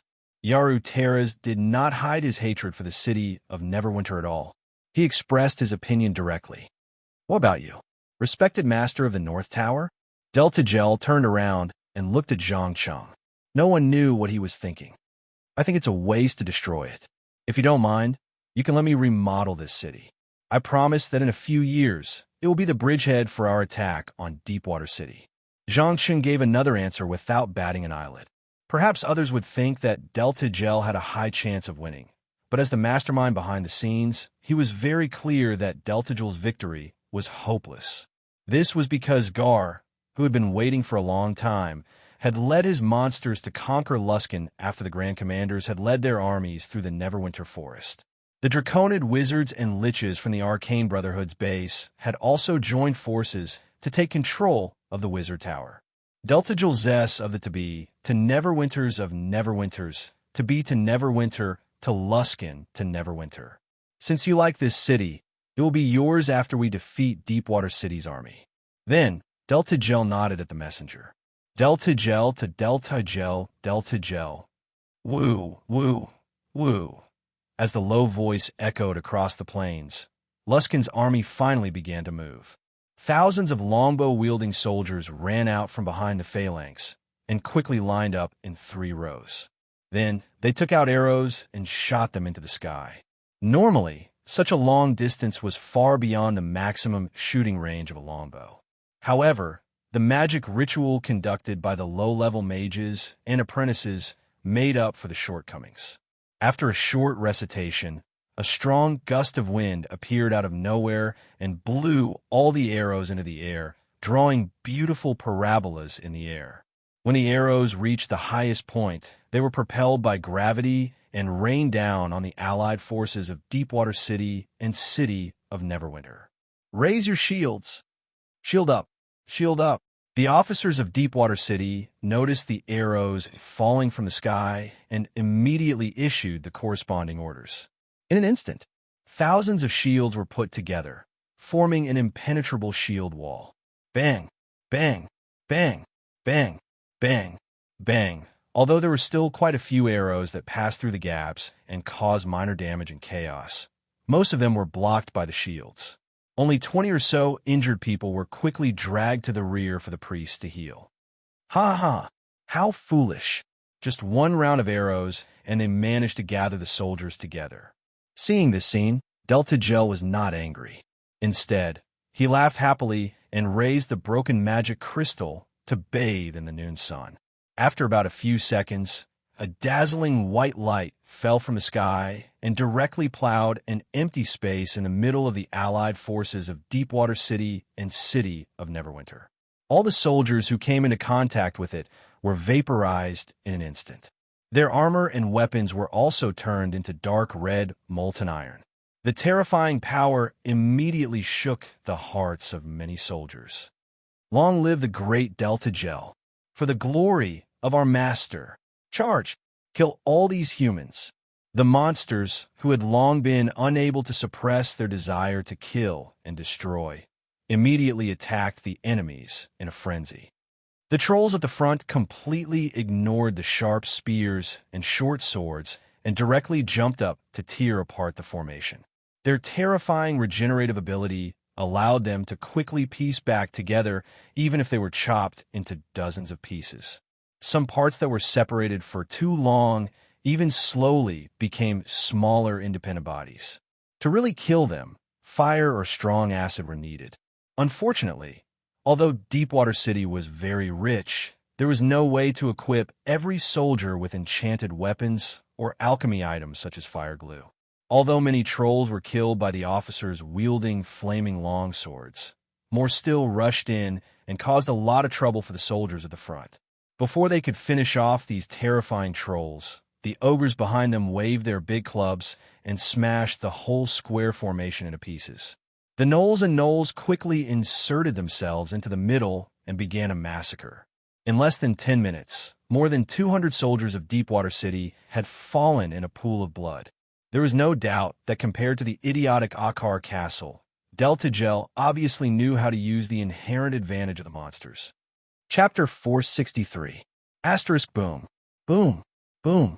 Asterisk, along with a deafening noise, colorful magic spells suddenly fell from the sky. The monsters controlled by the broken magical crystals did not wreak havoc for long. After breaking through a few phalanxes of spears, the mages of Deepwater City used a barrage of magic missiles, fireballs, and lightning spells to turn them into mutilated corpses. 6 ogres, a dozen trolls, and more than half a dozen gnolls, goblins, and gnomes were completely wiped out before they could even make a splash. The unparalleled power of spellcasters in war was vividly demonstrated at this moment. All forms of energy that existed in nature, such as flames, explosions, electricity, sound waves, and vibrations, could all be created with the help of various spell models. What was even more frightening was that after thousands of years of development and evolution, the magic of Phaeron was no longer limited to destruction. It had formed a huge and complex branch that was even more precise, complex, and varied than the modern scientific system on Earth. Azeroth, which was heavily biased, could not be compared to it at all. Watching those wonderful spells appear before his eyes one by one, Zhang Cheng had a strange smile on his face. He had no intention of interfering. It was not only him. None of the other high-ranking members of the Arcane Brotherhood showed any anger or agitation, as if the dead monsters had nothing to do with them.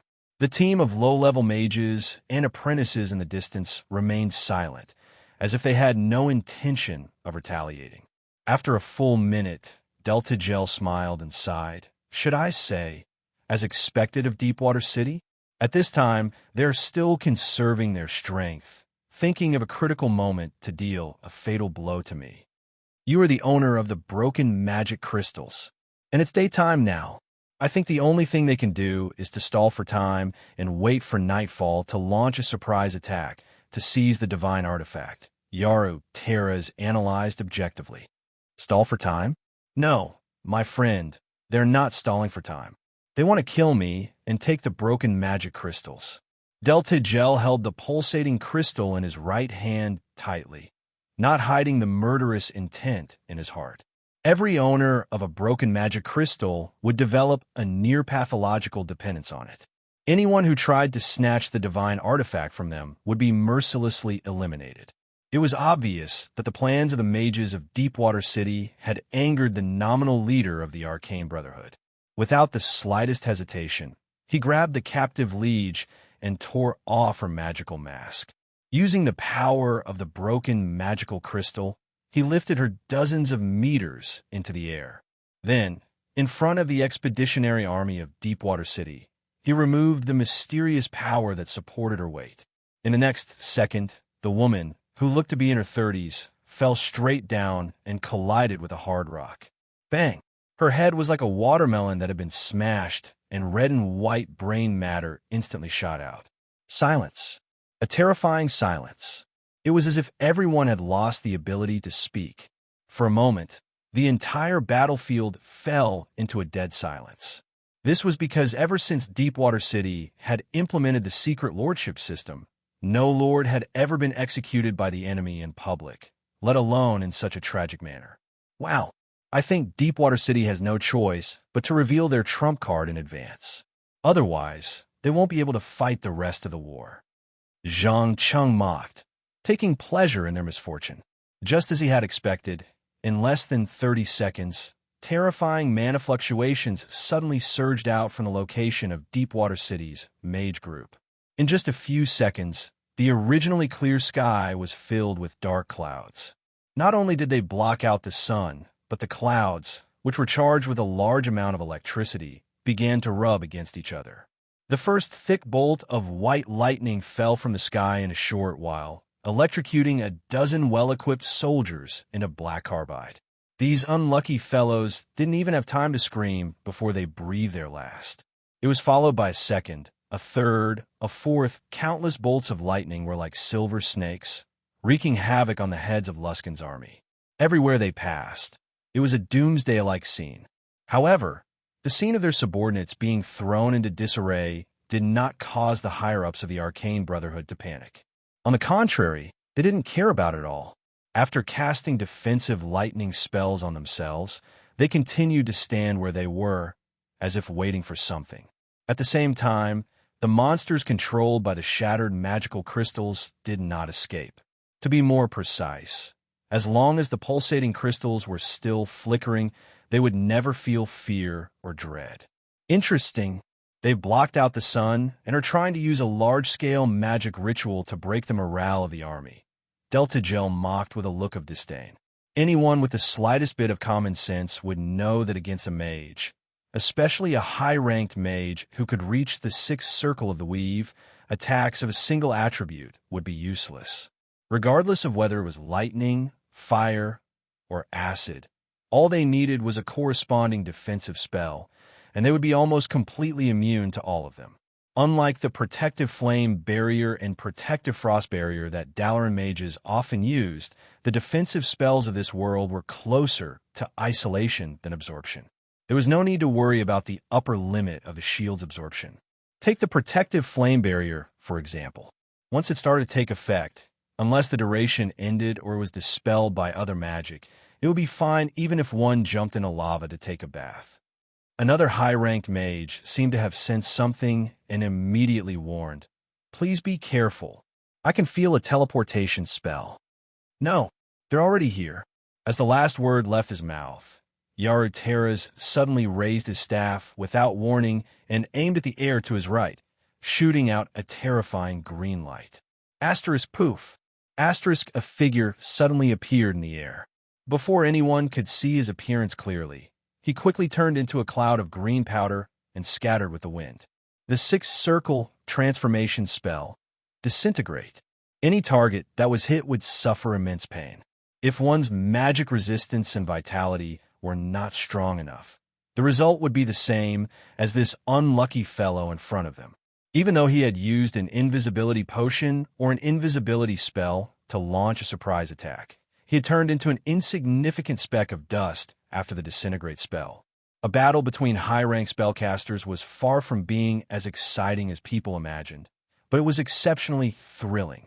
Often, a mistaken judgment would lead to one's death. "Ha ha! Welcome! We welcome you all. Mages of the Order Tower." Deltigel laughed maniacally as he raised the shattered magical crystals and released a high-ranked prophecy spell, Eye of Truth. The enemies hidden in the surroundings immediately revealed their true forms. Chapter 464. Deltigel Zelenda. In the name of the god of justice, Tyre, I order you to put down the evil artifact in your hands immediately. At the same time, stop the invasion of Neverwinter. An old warrior who looked to be in his 50s yelled. He was wearing silver-white armor and holding a long sword that was emitting a faint golden light. He gave off a serious, and responsible first impression. "Order? You're ordering me?" Deltigel raised his eyebrows. It was obvious that he felt insulted. "I promise, if you don't do as I say, it won't be as simple as an order. I'll kill you." The old man gripped his weapon tightly and closed his eyes to pray to the god he served. In the blink of an eye, a golden light tore through the dark clouds in the sky and enveloped him from head to toe. Even an idiot who knew nothing about magic could feel that this light contained an unimaginable amount of energy. Divine Grace. Zhang Cheng, who was watching from the side, immediately thought of this phrase that had been mentioned in many books. Just as the name implied, it was a reward bestowed by the gods to their believers. It was proof of their devotion. Usually, it would only be bestowed to the most powerful paladins and priests. Not only could it greatly increase the basic physical attributes, such as strength, agility, and constitution, it could also increase the target's magic resistance. Judging from the situation just now, this old man who had one foot in the coffin was obviously a paladin under the god of justice, Tyre. Moreover, he was very, very powerful, so powerful that he could kill a high-level spellcaster. Oomph. As a mad dog reared by the temple, "You're really dutiful, great Inquisitor Germain." Before Deltigel could react, Yaru took a step forward and assumed an attacking posture. It was not difficult to see the hatred in her eyes. There must have been an unknown past between the two of them, or perhaps an ill-fated relationship. Is it a personal grudge? Zhang Cheng deliberately put on a curious look and probed. "It's none of your business. Anyway, leave this old man to me. I'll make him pay for what he did in the past." Yaru obviously did not want to reveal too much. He raised his hand and shot out a large number of magic missiles from between his fingers. "Price? You turned an entire village of civilians into monsters. I regret that I didn't kill you earlier." The old man roared furiously. He obviously had a lot of experience in fighting against spellcasters. He didn't use a shield or anything else to block the attack. Instead, he took advantage of the time difference and rushed through the barrage of bullets. He raised his long sword and stabbed at his opponent's heart. But unfortunately, Just as the sword was about to pierce his chest, Yarutera's figure suddenly swayed slightly. Then, the sword pierced right through his chest without hitting anything. Damn it, it's a misdirection spell. He quickly came to his senses and carefully observed his surroundings, trying to find the enemy hiding in the surroundings. Misdirection, as the name suggested, was a spell used to mislead the enemy. When it took effect, a phantom image of the caster would be created, or called a clone, while the caster would be teleported nearby in an invisible state. The spell casters could use this time to prepare more powerful spells, or they could choose to retreat strategically. In short, any high-level mage would prepare one or two of these spells in case of emergency. Idiot who overestimates himself. I'll let you have a good taste of despair. Deltag didn't intend to just stand there and watch the show. He quickly mobilized the power of the magic crystals to form a powerful ninth ring arcana technique. Very quickly, one after another, teleportation gates to the bottomless abyss appeared out of thin air. The other side of the gates emitted an aura of chaos, decay, and death. Not good. Quick, stop him. This guy is summoning demons. A Deepwater City mage was the first to react, loudly warning his companions. But it was too late. The other mages didn't even have time to react before Baylor demons, wielding large beheading swords, passed through the tunnel and arrived in the material world. Immediately after, these terrifying monsters at the top of the Abyss food chain used their own spell-like abilities to summon 10 Hezra demons and 4 Glabrizic demons from the Abyss. The Arcane Brotherhood side, which was originally at a disadvantage in terms of numbers, was suddenly turned around. Defend against evil. Deltag quickly buffed himself with a low-level spell that demons had to use. Then, he laughed sinisterly and ordered, "Kill all the enemies. According to the agreement, you can capture and take away their souls. As you wish." Powerful and evil human mages. The leader of the Baylor demons placed one hand on his chest and bowed slightly. His 2 eyes did not hide his greed for the broken magic crystals. Of course, they did not intend to rob immediately. Instead, they chose to obey the order and attack the assault team of Deepwater City. After all, compared to the lifespan of demons that could easily last hundreds or thousands of years, the lifespan of humans was too short. There was no need to be too anxious. As long as they knew who had the broken magic crystals, they could wait until the owner died or was abandoned by the divine artifact. With the appearance of the demons, the situation on the battlefield became more and more chaotic. All kinds of powerful high-level spells flew everywhere. The slightest carelessness could lead to death. No one noticed that Zhang Cheng had quietly left the place where the battle was most intense and came to the rear of the allied forces of Deepwater City and Neverwinter. Just as he was about to approach the enemy's command center, a magic alarm was suddenly triggered. Instantly, the ear-piercing sound reverberated in the sky above the entire area. He was quickly surrounded by layers of guards. About 2 or 3 minutes later, a woman with long brown hair squeezed through the crowd. She frowned and questioned, "You are the leader of the North Tower of the Arcane Brotherhood? The Black Dragon that destroyed the fleet of Deepwater City? Why are you here? Are you trying to ambush us?" Ambush. No, I just want to talk. Zhang Cheng did not realize that he was surrounded by enemies at all. He replied with a smile on his face. Talk. A puzzled expression appeared on the woman's face. Zhang Cheng nodded slightly. Yes. Don't you think it's time to put an end to this farce of a war? Take me to the commander of Deepwater City. We have a lot of things to discuss. How can I be sure that you won't suddenly kidnap an important person like last time? Sorry, I can't give you any guarantees. It depends on whether you are willing to believe it or not. Look over there. The assault team you sent has been surrounded by a large number of demons. At this rate, it's only a matter of time before they are all wiped out. When they're all dead, what do you plan to use to fight against Delta Gel Zelinda, who has the broken magic crystals? Chapter 465. A philosopher once said that in real life, people often didn't have to choose between good and better, but between worse and not so bad. Obviously, for Deepwater City, it was unacceptable to watch the assault team be wiped out. Once they were killed by the summoned demons, it would mean defeat, and they would no longer be able to stop the owner of the magic crystal fragments from taking over Neverwinter, bringing the hundreds of thousands of people around under Luskan's control. This would inevitably form a huge force that could match Deepwater City, or even have a slight advantage. After a short hesitation, the unknown woman brought Zhang Cheng to the highest commander of the allied army. Of course, the Lord of Neverwinter, Nather, was also present. Although many bards sang of his adventures and feats, after seeing him with one's own eyes, one would understand that he was just an old man who had been corrupted by politics, interests, and power. Perhaps he still retained his skillful fighting skills, but he had lost the most precious thing as a warrior, courage and the spirit to fight to the death. Good day, respected Lord Nather, and this unknown commander of Deepwater City's expeditionary force. I'm glad you're willing to meet me. I promise I won't let you down. Zhang Cheng bowed elegantly, not wavering even though he was surrounded by guards and spellcasters. Good day, Lord of the North Tower. Or should I call you Ingro Castimazillion? Before Nather could speak, the commander of Deepwater City's expeditionary force called out the name of the original owner of the dragon's body. When he heard this name, Zhang Cheng's face showed undisguised surprise. After a while, he shrugged with a smile and asked, "Did the Harpist League give you the news?" "Unbelievable.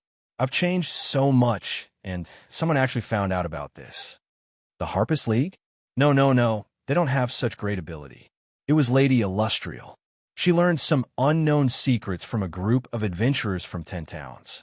For example, a white dragon that should have died suddenly revived and became a black dragon that could breathe fire. He even participated in the Battle of Icewind Valley last year. I'm very curious. What happened to your body? With that, the commander took off his hood, revealing a pair of curious and wise eyes. I see. It's Drizzt and his allies. Zhang Cheng nodded thoughtfully. Before I answer your question, can you tell me your name? Marco Hubble. The commander of Deepwater City bluntly announced his name. A member of the Hubble family in Chong.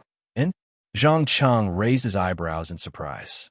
He thought that Deepwater City would at least send a big shot like Kirbin or his wife Lila, but who would have thought that it would be a member of the Hubble family?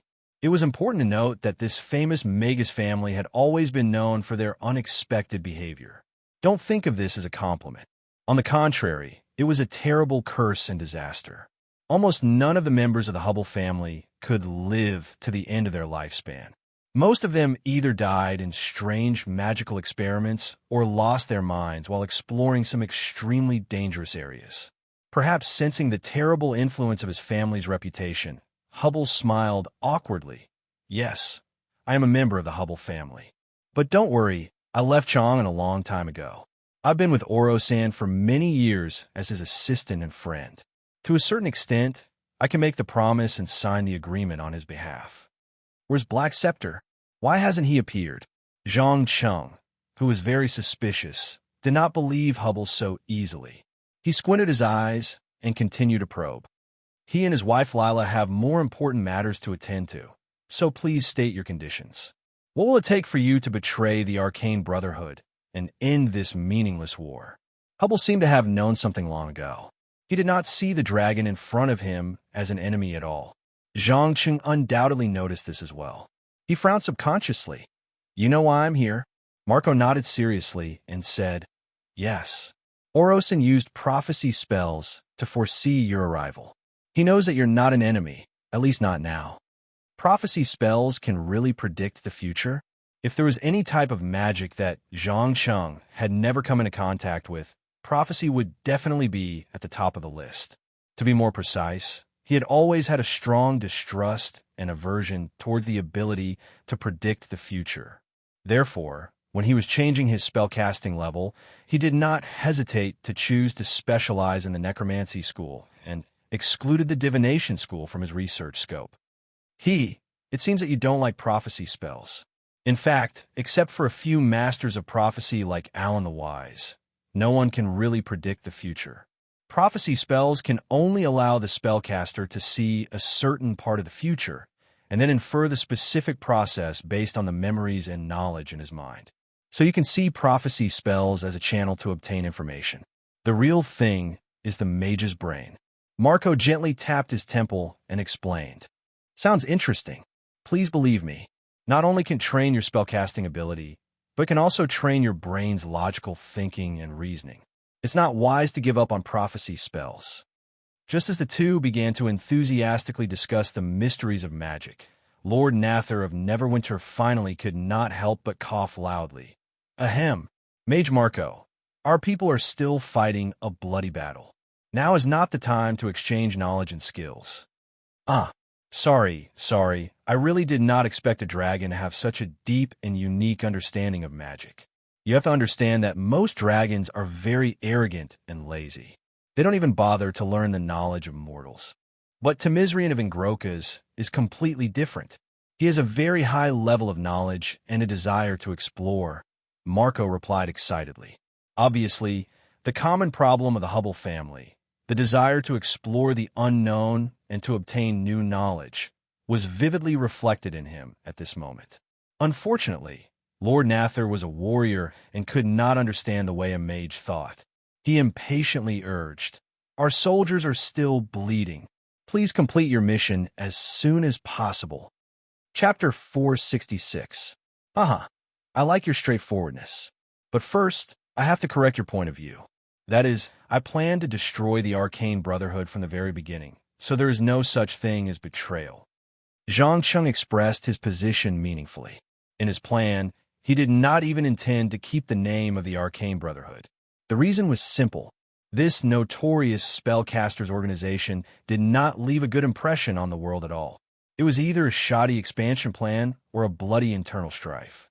The only praiseworthy thing was the well-functioning apprentice training system and a huge and perfect infrastructure in the Wizard Tower. Zhang Cheng planned to get rid of all the higher-ups of the Arcane Brotherhood, no matter how high their spellcasting level and skills were.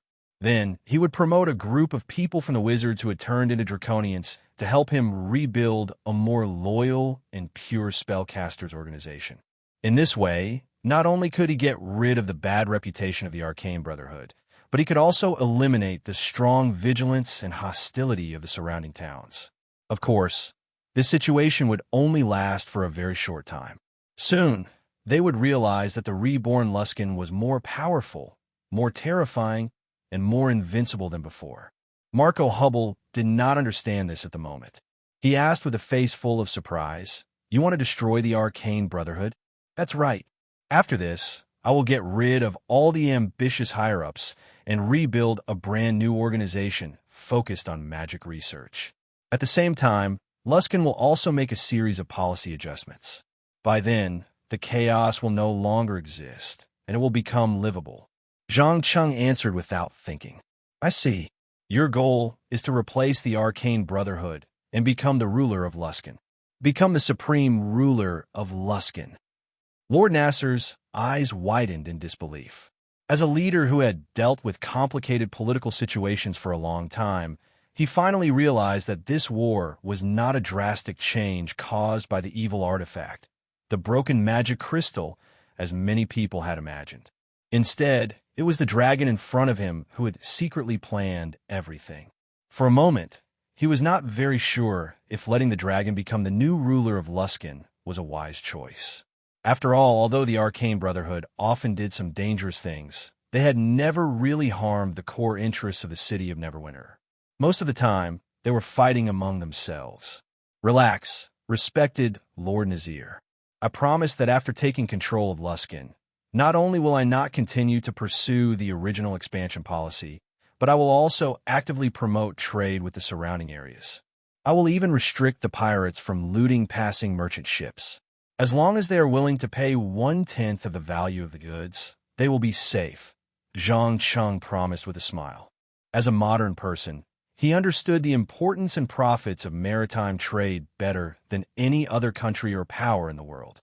In the past, Luskan had only regarded the pirates as an important means to weaken the enemy, completely ignoring the importance of establishing order in these waters. He would take advantage of the annihilation of the fleets of Neverwinter and Deepwater City to establish absolute authority and order in the northern waters of Sword Bay. He would make every merchant ship abide by his rules.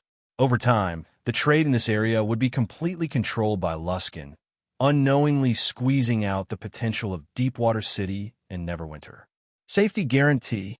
Lord Nasser's eyes lit up slightly.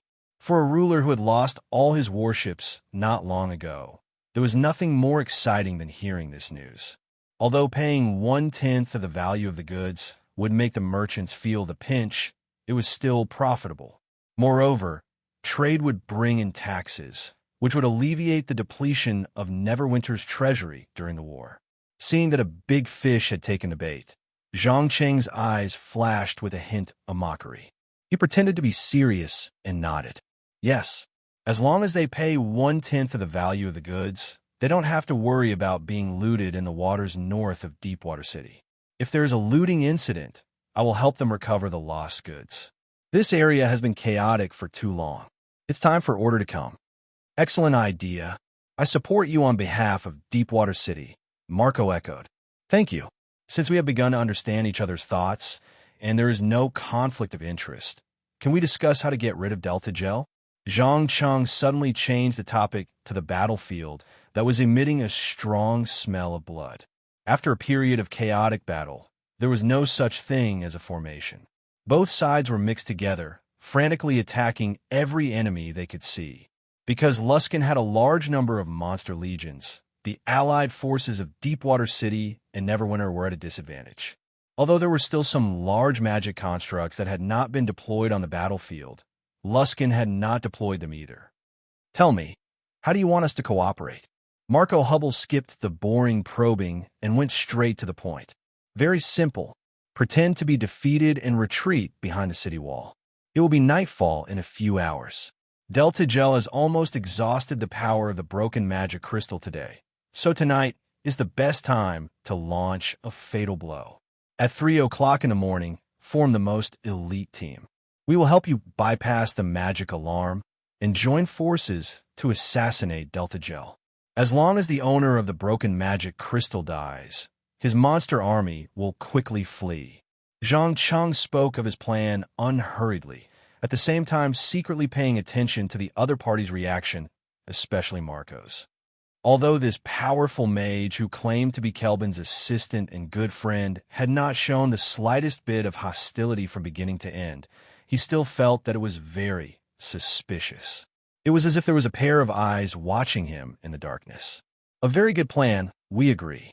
Marco pondered for a moment and immediately gave an affirmative answer. You agree? Zhang Cheng did not expect the other party to agree so readily. There was no bargaining, no specific details. This is not normal. It's too suspicious. He could not help but wonder if there was some kind of conspiracy. Yes, please go back and prepare quickly. Tonight, let us join forces to end this meaningless war. After saying this, Marco turned around and gestured to the herald. The latter understood and blew the horn that was used to issue orders forcefully.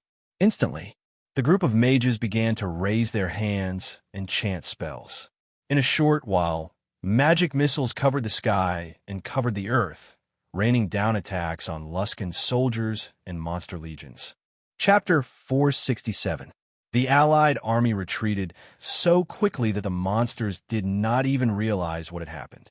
They had already closed the city gates, pulled up the drawbridge, and prepared to defend with all their might.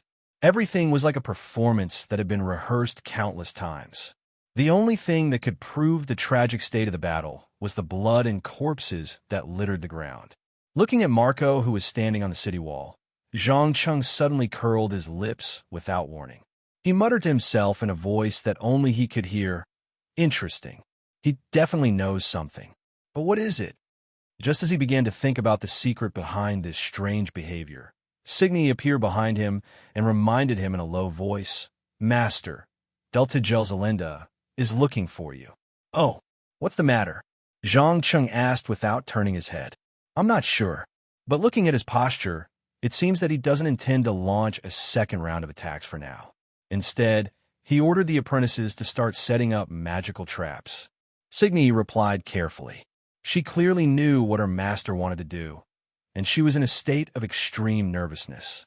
although betrayal was as common as eating and drinking for the internal members of the Arcane Brotherhood, the consequences of failure were not something that anyone could bear. Oof. This guy wants to wait until tomorrow to recharge the broken magic crystals. Zhang Cheng laughed coldly as he exposed Marco's little trick. He then waved his hand lightly. Don't bother with him. Continue with the plan and leave a back door in the magical alarm. After tonight, whether it's Delta Gel Zelinda or the Arcane Brotherhood, they will all become the dust of history. Oh, right, the thing I asked you to do. How's it going? Signy hesitated for a moment, and then subconsciously clenched her fists. I think it's about time. That poor idiot has almost completely fallen in love with me, and swore that he's willing to do anything for me. But I don't understand. He's just an insignificant apprentice. How can he be of any use to the entire plan? Zhang Cheng extended his right hand and gently stroked the female apprentice's exquisite face. He explained with a smile, my dear, don't underestimate apprentices. This isn't a matter of strength or spellcasting level. It's a matter of trust. As long as one person trusts another enough, then the other person will have the chance to complete a precise and fatal assassination. Do you know how the former master of the North Tower, Red Wizard Mo Kai, died? There was no magic duel like you imagined, nor was there any powerful magic item. It was just a dagger that was not dipped in poison, and it easily pierced through his heart. The owner of this dagger was not a skilled assassin, but a pitiful apprentice who could barely cast a first circle spell. So, show off your charm. I need him to take care of Delta Gel Zelinda this time. Master, I'm not sure if he has that ability. Delta Gel Zelinda is very careful and always maintains 3 defensive spells. Even if he is stabbed, he won't die on the spot. Sydney didn't pay any attention to the large hand that was messing with her face as she reminded him with a serious expression. In fact, ever since she had absorbed the tear of the Queen of the Deep and become exceptionally beautiful, she had long seen the lustful eyes of many men. There were even a few who had tried to get close to her through charm spells and aphrodisiac potions. It was a pity that she was not one of those beautiful girls who grew up listening to the flattery and praise of men. On the contrary, the reason she was able to obtain her current position was not because of her beauty, but because of her powerful ambition and desire, as well as her intelligence that ordinary people could not hope to achieve. Hence, these unlucky fellows were either ruthlessly used or mysteriously disappeared. Sydney could feel that her master was different from those men who wanted to possess her body. He was only admiring the changes within her, just like how many wizards admired their own magical creations, such as golems, wizard towers, staffs, and so on. Don't worry, I have a powerful magical item. You only need to give it to your little pet, and he will complete his mission. As he spoke, Zhang Cheng took out the magic breaker spear that he had made in Stormwind City from his magical backpack. This weapon had originally been specially made to deal with the Desire Witch Catherine, but as the saying went, plans could never keep up with changes. In the end, the accident in the fragment world had caused it to not be put to use. But now, this weapon that was specially designed to kill mages was finally going to shine. Sydney subconsciously shivered as she felt the terrifying power contained within the magic breaker spear. She was not an idiot and knew very well how terrifying the destructive power of the bullet engraved with mysterious runes could be once the trigger was pulled. Magic breaker, the special attribute that spellcasters were most wary of. Any weapon that had these 2 words on it would be worth tens of times more. Remember, you only have one chance. You must make sure that he pulls the trigger without hesitation. Understood? Having said that, Zhang Qing no longer paid attention to the panicked looks of his subordinates and turned to walk in the direction of the Luskan army's encampment. For someone like him who had experienced countless conspiracies, assassinations, and coups, there was nothing worth making a fuss about. Death was not even worth mentioning. From a certain point of view, his worldview, values, and outlook on life had been completely distorted, and he was no longer bound by the morals of the world. The only thing that could restrain him was the last shred of rationality beneath the endless madness and desire to destroy. Sydney watched as Zhang Chung walked into the largest tent and took a deep breath. She quickly hid the magic breaker spear and came to the side of a freckled boy around 16 or 17 years old. She didn't even open her mouth to speak, and the boy blushed as he took out a sparkling ruby ring, stammering, "See, Sydney, look at what I brought for you. A storage ring. My uncle made it himself. You're giving it to me?" Sydney pretended to be pleasantly surprised and looked at him with eyes full of affection. That's right." The boy nodded emotionally. His hormones were at their peak, and he simply couldn't resist a girl who was extremely beautiful and even had a trace of charm. "Oh, you're too considerate, but I have some unfortunate news to tell you. I'm afraid I can't continue to be friends with you. Your uncle, the highest leader of the Arcane Brotherhood, Delta Gel, forced me to strip naked and climb into his bed tonight. I'm sorry, Klee. You know I can't disobey his orders." With that last word, tears flowed out of Sydney's beautiful eyes like a kite with a broken string. "No, how would he do this? I have to talk to him." The boy called Lick clenched his fists in anger. Don't go. He'll torture and abuse me for this. There's only one way to stop him, and that's if you're willing to make a sacrifice for me." "I'm willing to sacrifice for you, even if it means giving up my life." "Sydney, tell me what I should do." "Kill him." Chapter 468. The night sky was filled with stars, giving off an indescribable sense of beauty. However, according to the universe theory of the Pharaon continent, stars were not ordinary celestial bodies. Instead, they were symbols of the gods. Every star represented a true god. According to folklore, the brightness of a star was directly related to the strength of the god. Zhang Cheng did not know how much of this was true and how much was a lie, but he knew that Delta Gel Zelinda's life was about to come to an end. The reason was simple. Just a few minutes ago, the chess piece he had carefully arranged had used the convenience of his identity to sneak into the tent. If nothing went wrong, he would soon hear a loud noise. Conspiracies and betrayals are the main themes of this world. If one did not want to be betrayed, then one should not trust anyone around them, even if the other party was one's own blood. Unfortunately, Delta Gel Zelinda had undoubtedly forgotten this point. He did not realize that a young man who was blinded by love would do something out of line under the temptation of his lover. To ensure that nothing went wrong, Sydney even made an exception and gave Lick a kiss. It was this kiss that completely broke the last trace of hesitation and indecision in his heart, and made him determined to kill his uncle who had led him onto the path of magic. Facing the cold night wind, Zhang Qing couldn't help but pucker up the corners of his mouth. He sighed softly. Love, what an incredible power. It can actually make a young apprentice who has never been stained with blood muster the courage to assassinate a high-ranked mage who is countless times stronger than him. Moreover, this mage is his own uncle. "My evil master, isn't this what you want to see?" Sydney appeared beside him out of nowhere. She stroked her green hair and elegantly bowed. Zhang Cheng turned around and shook his head with a smile. "Haha, no, this has nothing to do with what I want. It's just a strategy. Also, how did it feel to kiss? If I'm not wrong, that should be your first kiss with a member of the opposite sex, right?" It was so inexperienced, so awkward. It was also because of this that the poor little guy became abnormally crazy.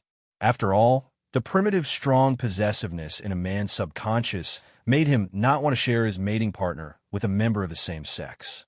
Do you know? In my opinion, so-called love is only a dual desire of both physical and mental.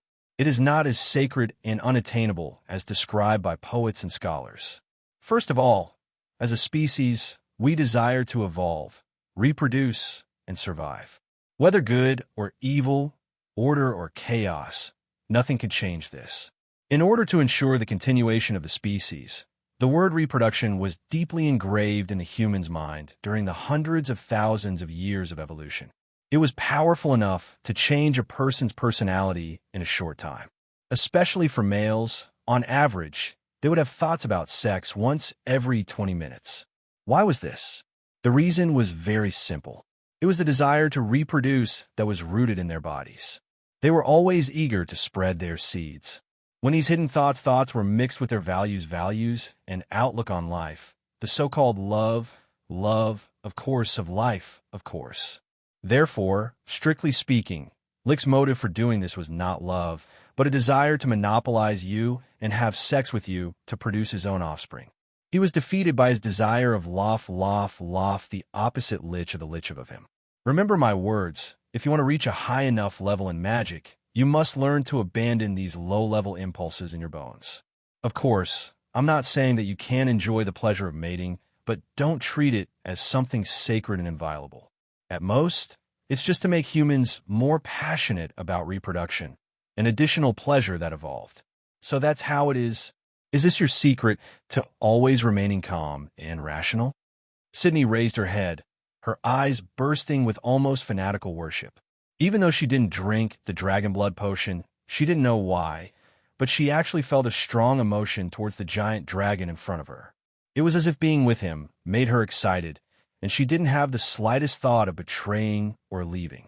Zhang Cheng had undoubtedly noticed this as well, and a faint smile appeared on his face. Calm down? Which eye of yours can see that I'm calm? No, my dear, my mind is filled with thoughts of madness and destruction. I even want to try and kill all the gods in this world. But my remaining rationality tells me that it's not wise. I have to restrain myself until I have enough strength to take action. I'm willing to give up everything. I'll follow closely in your footsteps. Sydney knelt down fervently, wanting to kiss the back of Zhang Cheng's hand. But before she could kiss him, a massive gunshot suddenly reverberated through the camp.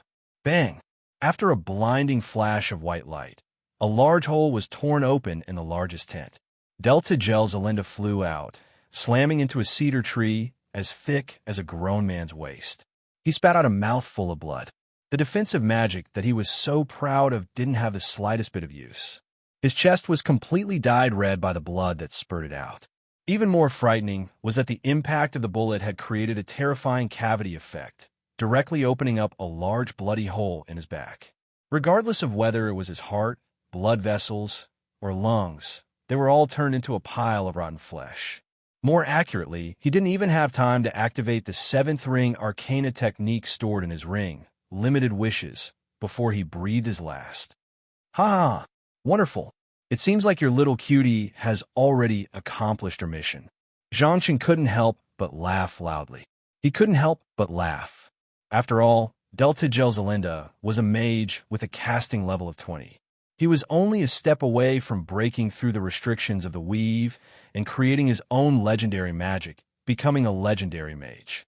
But now, a single enchanted bullet was enough to finish him off. It was so fast that it was almost unbelievable.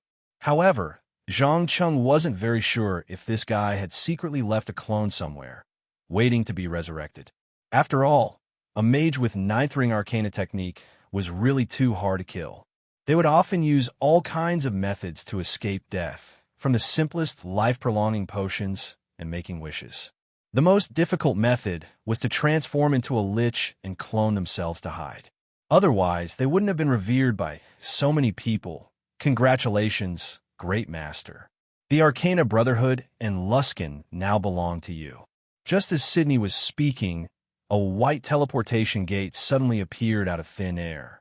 Following closely, Marco led all the high-end fighting forces of Deepwater City and Neverwinter over. Chapter 469. No, my dear friend, the one who killed him wasn't me, but before Zhang Cheng could finish his words, Lick rushed out of the tent and shouted excitedly, "See? Sydney, I killed him. I killed my own uncle. No one can stop us from being together anymore." "Yes, you did very well. Come my side." Sydney smiled and waved her hand. I'm coming. The boy, who was in an extremely excited state, didn't realize what was going to happen next. He quickly ran to her side, his eyes filled with endless infatuation. From a psychological point of view, he had just killed his uncle, whom he once respected and worshipped for the sake of love. Thus, he subconsciously saw the woman in front of him as his closest and most dependable partner. He didn't have the slightest bit of vigilance against her. Just as Lick was about to hug and kiss his girlfriend, Sydney's eyes flashed with contempt and coldness. She took out a dagger and stabbed it into his neck. In an instant, dark red blood gushed out like a fountain, and in the blink of an eye, the acolyte's robes were dyed red. The sudden change not only caused the boy to show an expression of disbelief, but it also caused the others around him to be at a loss. They couldn't understand what was going on, but Shini didn't pay attention to the gazes of others. She snatched the magic breaker spear from his hand, then took out a white handkerchief and lightly wiped the bloodstains on the dagger. She sneered and said, "Idiot, do you really think I've fallen in love with you? If not for Master's orders, I wouldn't even look at trash and trash like you." You. Lick clutched his bleeding neck, his entire body trembling. Who knew if it was because of the fear of his impending death, or because he couldn't accept the fact that he had been used? Of course, none of this was important now. Along with a large amount of blood loss and suffocation, he finally slowly fell to the ground, ending his young life. "Master, do you need me to send a signal for everyone to act according to plan?" Sydney completely ignored the boy's body that was rapidly turning cold, and the corners of her mouth curled up to reveal a chilling smile. "Let's begin. I wanted the final funeral of the Arcane Brotherhood to be a little more extravagant, and also to celebrate the rebirth of the entire organization. Also, as an ally, you and your people won't watch me fight alone, right?" Zhang Cheng looked at Marco. The main reason he was willing to reach a series of agreements with Deepwater City and Neverwinter was to use their hands to eradicate the cancer of Luskan once and for all, especially the chaotic management system formed by the 5 retired pirates.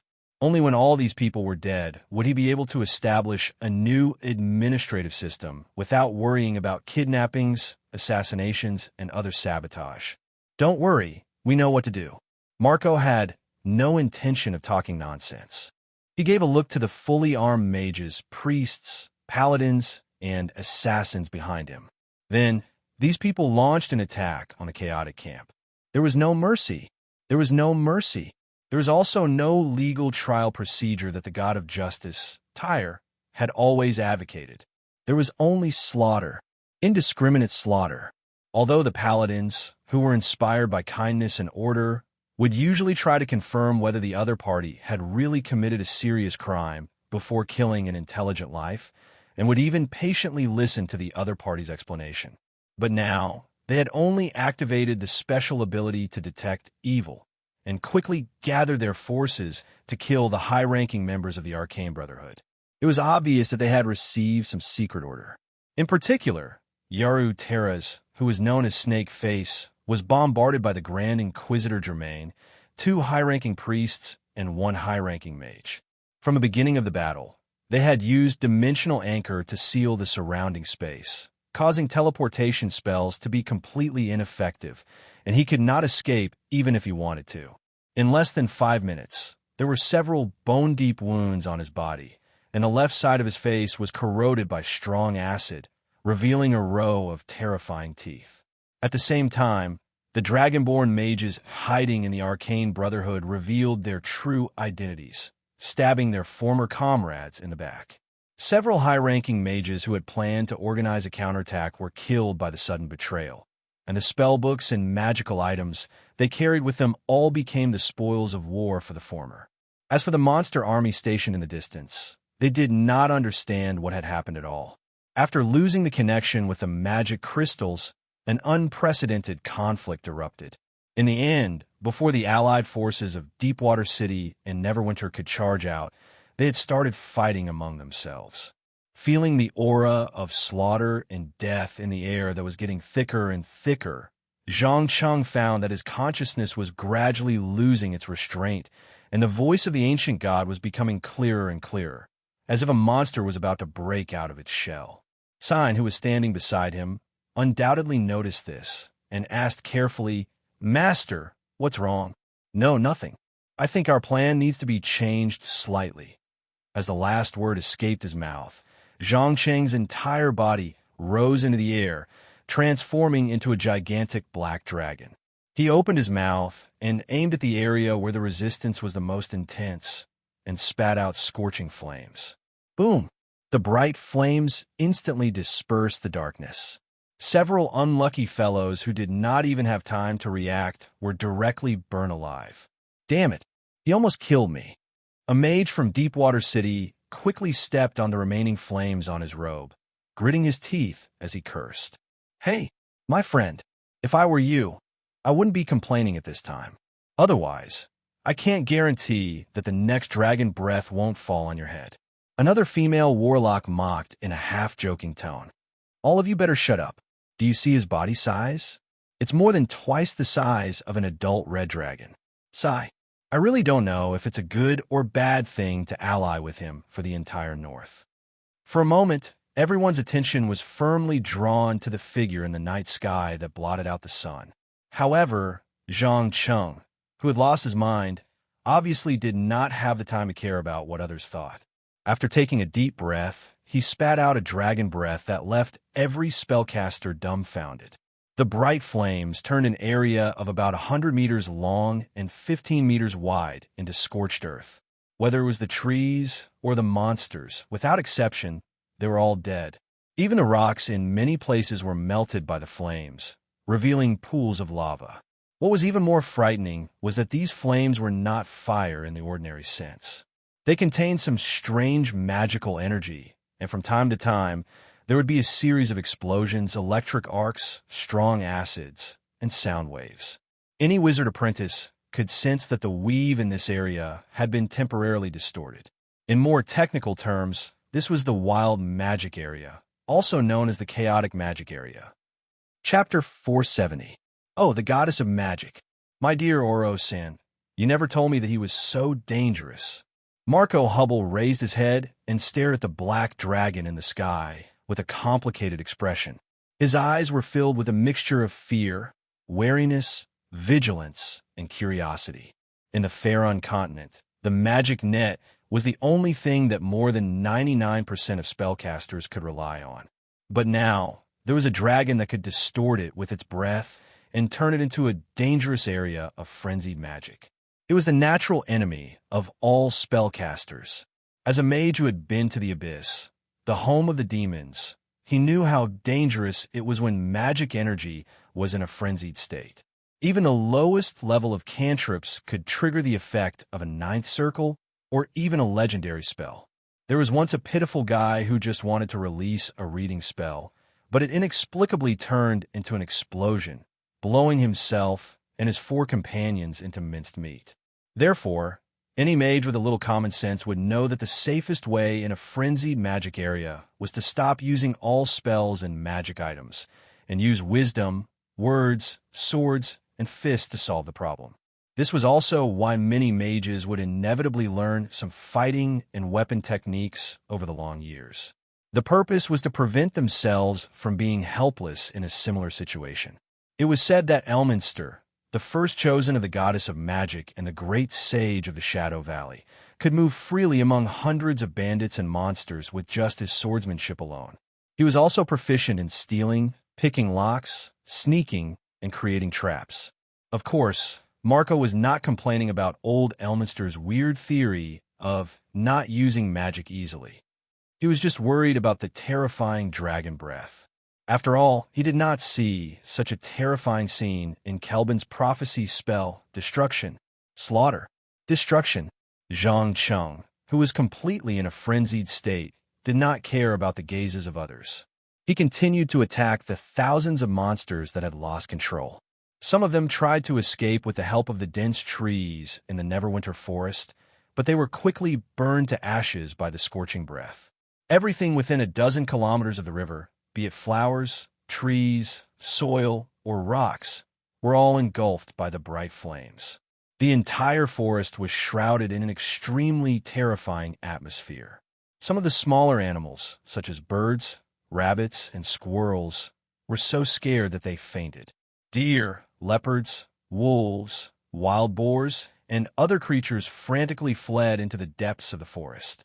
As for the dragons hiding in the caves, regardless of whether they were kind or evil, they all subconsciously hid and didn't dare to show their faces. Even Klaus, who was known as Roaring Old Dragon, couldn't help but shudder from the bottom of his heart. This was especially so for the restless and seething magic energy in the air. It made him feel a powerful force that could not be described with words. At the same time, It was an extremely chaotic force. It was as if a stick had been inserted into the depths of the magic net, stirring everything up into a mess. But even so, the gigantic crimson dragon still walked out of its lair, trying to figure out who caused these unbelievable changes.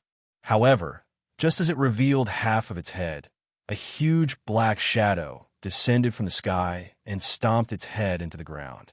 Who? Who are you? Klaus roared crazily as he twisted his neck with all his might, trying to break free from the claws on his head. But unfortunately, the other party was too strong. Klaus was unable to break free even when his neck was about to break. Who am I? Sorry, I'm not too sure who I am right now. I just want to find someone to vent on. Zhang Cheng cracked a chilling smile and bit down on Klaus' back. Klaus couldn't help but howl in agony from the intense pain. He waved his tail and wings with all his might, slapping the monster on top of him. He could clearly feel that the scales on his back had been torn apart by the sharp teeth. A large amount of precious dragon blood was rapidly flowing out of his body. Feel the pain and struggle. Use the last few minutes of your life to please me. Zhang Cheng grinned maliciously as he swallowed a large piece of bloody flesh that he tore off from Klaus' body. Get lost, you damned lunatic. Klaus immediately chanted the ancient dragon language when he realized that he couldn't communicate with this fellow that had descended from the sky. He finally broke free with the help of the power of magic. But when he saw that the other party was much larger and more ferocious than him, he fell into a daze. Red dragons are the largest of the 5-colored evil dragons. Usually, they would be at least twice as large as black dragons of similar age. However, not only was this black dragon half the size of Klaus, but its strength and defensive abilities were also far superior to Klaus. Zhang Cheng licked the dragon blood that was flowing out of the corner of his mouth and said in an incomparably cruel tone, "Do you know? I like the look of my prey struggling before death. It won't be long before I tear out your throat, drink your blood, and eat your corpse. Your death will make me even more powerful. No, you won't succeed. Tiamat will stop you." Klaus resisted the pain and retorted. It was obvious that he wanted to use the name of the evil dragon god to scare the powerful enemy in front of him. Even though most dragons were selfish, arrogant, and not very devout in their beliefs, they would still more or less respect the dragon god. I'm sorry, but no one can save you tonight. Death is your only destination. With that, the shadow of a demon suddenly appeared on Zhang Cheng's chest. The next second, boom. His entire body was surrounded by scorching flames, and his sharp dragon claws were covered in a layer of depraved and corrosive energy. The demon? Are you crazy? You actually sealed a bailer in your own body. Klaus looked as if he had seen a ghost, and a panicked expression appeared on his face. Crazy? Wait until you know what I'm going to do to you. You'll think that this is nothing. As soon as he finished speaking, Zhang Cheng took out a sparkling and translucent crystal from somewhere, his eyes revealing an incomparable madness. What are you doing? Klaus suddenly had a bad premonition and asked loudly in alarm. Chapter 471. No. Stop. You King lunatic. Kill me. Kill me now. I beg you. Let me die. Let me die. No one knew what happened to Klaus, but the dragons in the nests nearby all heard the agonizing roars of the overlord of the Neverwinter Forest. However, none of them dared to come out and check. Even the most righteous and compassionate gold dragons and silver dragons had turned into ostriches that buried their heads in the sand. After all, roaring old dragon Klaus was recorded in the book Dragons of the North by bards and scholars. His powerful strength had been widely recognized, but now he was cursing and screaming in front of an unknown enemy to vent his inner pain. Therefore, all the dragons in the Neverwinter Forest subconsciously believed that an even crueler and more terrifying dragon had come here. No matter what, they could not expose the location of their nests. Otherwise, the dragon would definitely come and snatch the treasures that they had painstakingly accumulated. Needless to say, these dragons' excessive obsession with wealth saved their lives.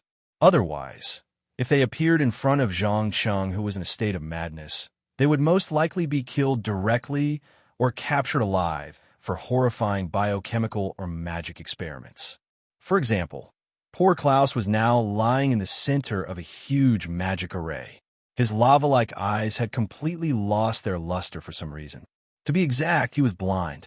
During the short battle, he was ambushed and accidentally used his dragon breath to spray the broken magic crystal. As a result, an indescribable, dazzling white light was triggered. In the white light, he saw the entire process of Clint's being created. Then, he fell into endless darkness. Without a doubt, this old dragon had been ambushed. As someone who was familiar with the history of the Faron continent, Zhang Cheng undoubtedly knew the origin of the broken magic crystal and also knew how to completely destroy it. However, he did not need to completely destroy this powerful artifact. He only needed to destroy the independent consciousness that had the ability to think. The dragon breath, especially the hot breath of the red dragon, was just enough to meet the requirements. As for the blindness of the eyes, it was one of the prices that had to be paid. Do you know about evolution, Klaus? Zhang Cheng raised his sharp claws and cut open the scales and skull on the old red dragon's head. He only stopped when the red and white cerebral cortex was exposed. Klaus, who was dying, did not respond. He lay on the ground motionlessly, allowing the enemy to play with his dying body. Zhang Cheng obviously did not care about this. He continued to talk to himself. Generally speaking, the so-called evolution refers to the process of species continuously improving itself in order to better adapt to the environment. However, there are many types of evolution. Adapting to the environment was only one of them. What was really worth studying was the evolution of low-level species to high-level species. For example, fish evolved into murlocs, ancient apes evolved into humans, or even from mortals to gods. In my opinion, God is just a more advanced life form. They are far less omnipotent and superior than what the church preaches. Once the right method was found, mortals could also become gods. Ban, the god of tyranny, Mirko, the god of death, and Baal, the god of murder, were living examples of this. Of course, since their powers came from the ancient god of death, Jaeger, they did not have much reference value. In comparison, the terminator of the Netheril civilization, the Grand Arcanist Karsus, who almost seized all the power of the goddess of magic, used an unprecedented level 12 spell that was very interesting. Unfortunately, the gods were afraid of the taboo magic knowledge and destroyed it completely. Not even a trace of it was left. It was precisely because of this incident that I saw the weakness of the gods. They were so short-sighted and so afraid of being surpassed that they did not even dare to compete with mortals on the path of evolution. So I decided to take action and carry out some interesting experiments. And you're the first test subject. As far as I know, the Grand Arcanist Elam, who was known as a demigod, sensed that the Netheril civilization was about to be destroyed. He went to the city of Mind Stealers and merged with the Mastermind. He became the first and only immortal life form that combined the theory of arcane materialism and the technique of spiritual idealism. Today, you will be the second one, if the experiment is successful. As the last word left his mouth, Zhang Cheng raised the broken magic crystal and stabbed it into the center of Klaus' brain. Then he stuffed a dark blue ring-shaped mountain crystal into Klaus' broken heart. Finally, he drank the magic potion that he had made himself. After doing all this, he raised his hands and began to chant a spell, trying to trigger the resonance of magic. In just a few minutes, a terrifying energy like never before surged into Klaus' body, tearing apart his muscles and blood vessels, killing him directly. But this was just the beginning. As more and more energy was extracted from the magic net, Klaus' dead body slowly floated up and began to rot and fall off, revealing a white skeleton. The broken magic crystal embedded in the skull released an abnormal purple light, as if a soul had been sucked in and was desperately struggling to escape. At the same time, the dark blue crystal exploded with a bang and turned into pure death energy. It slowly flowed along the bones of Klaus' body, forming black patterns. When the patterns gathered on the divine artifact embedded in the skull, the old red dragon's skeleton shook violently. Then it stood up shakily and asked in a hollow voice, "Who am I? Where am I?" "Hee hee, your name is Klaus. You were a powerful red dragon when you were alive, but I've transformed you into a lich. Tell me, how do you feel now?" Zhang Cheng's eyes flashed with excitement and madness. I'm fine." The Dracolic lowered its head and looked at its strange body as it answered. Obviously, Klaus had fused with the remnant consciousness of the broken magic crystal, causing it to lose its memories when it was alive. It could even be said that it had given birth to a brand new soul. No hatred, no desire, no goal. It was like a piece of white paper that could be smeared on at will. Don't worry, you can slowly get used to your body and the great power hidden in it. Remember, I am your master, the supreme master. You must obey my every command unconditionally. Zhang Cheng lowered his voice and began to smear his mark on the white paper. Creator, master, order, I think I understand. The Dracolic nodded blankly. It was very naive as it was born not long ago. It didn't even know that its phylactery was the divine artifact on its head. Chapter 472. How terrifying could a person who possessed such a vast knowledge system and have fallen into a state of madness do? Zhang Cheng might not have been aware of this before, but now that he had regained his rationality after looking at the bloody dragon corpse on the ground, he finally realized how dangerous he was. To be more precise, he had searched the entire Neverwinter forest after the battle that night. He had captured a brass dragon, a gold dragon, 2 green dragons, and a silver dragon, as well as 3 dragon eggs. But now, only the young female silver dragon was still alive. The remaining 4 dragons had all been tortured to death in the horrifying experiments.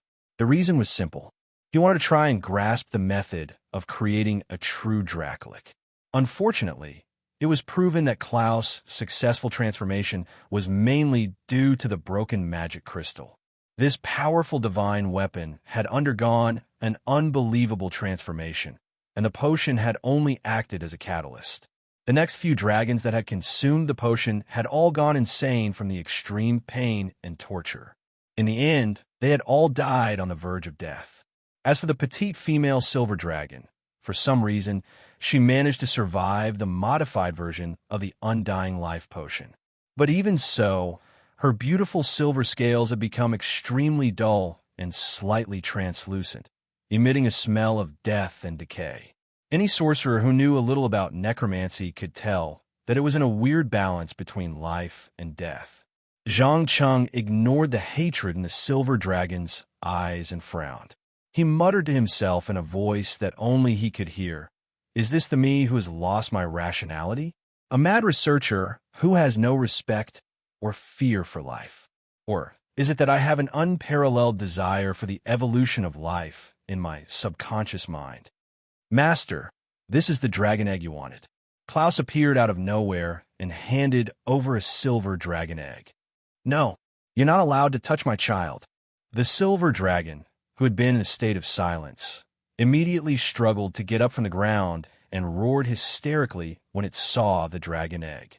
Compared to the 5-colored evil dragons, the metal dragons that symbolized kindness were obviously more concerned about their own descendants. They were not any worse than humans when it came to protecting their descendants. In fact, their reactions were even more extreme. "Please keep quiet, my lady. I didn't say what I wanted to do with this egg. On the contrary, I intend to use it to make a deal with you." Zhang Qing calmly comforted her. Perhaps it was because he had just vented, but at this moment, there was no longer any madness in his eyes, only a coldness that kept people 1,000 miles away. A deal? Yinlong's face was filled with disbelief. After all, just a few minutes ago, the other party violently tore open its stomach, stuffed some unknown crystal into it, and forced it to drink a highly toxic magic potion. That crazy act was still like a dark cloud hanging over its heart. Zhang Cheng smiled and nodded. "Yes, deal. As long as you work for me for 100 years, I will return your child to you and promise not to harm it during this period. Furthermore, I will allow you to see it once a month." You want to use my child to force me to work for your evil plan? Inlong was not an idiot. He immediately saw through the hidden meaning behind it. No, like I said, this is just a deal. No matter whether you agree or not, the choice is yours. Also, do you think that kind people will still accept your half-dead state? Having said that, Zhang Cheng turned his gaze to the strange scales on the other party's body. As a mage, he could clearly feel the pure energy of death on the surface of the scales. Inlong undoubtedly noticed this as well. Her eyes revealed an unconcealable sadness. After a full minute, she sighed softly. Sigh. All right, I agree to your terms. Very good. It seems that we have reached a consensus. But let me say the ugly words first. I hate subordinates who are too scheming. If I find out that you are secretly passing information to the outside world, then don't blame me for doing something to your child. As soon as he finished speaking, Zhang Cheng raised his hand and snapped his fingers. Asterisk snap. Asterisk instantly. Asterisk the mysterious runes that were originally binding the dragon's gigantic body to the ground quickly dimmed.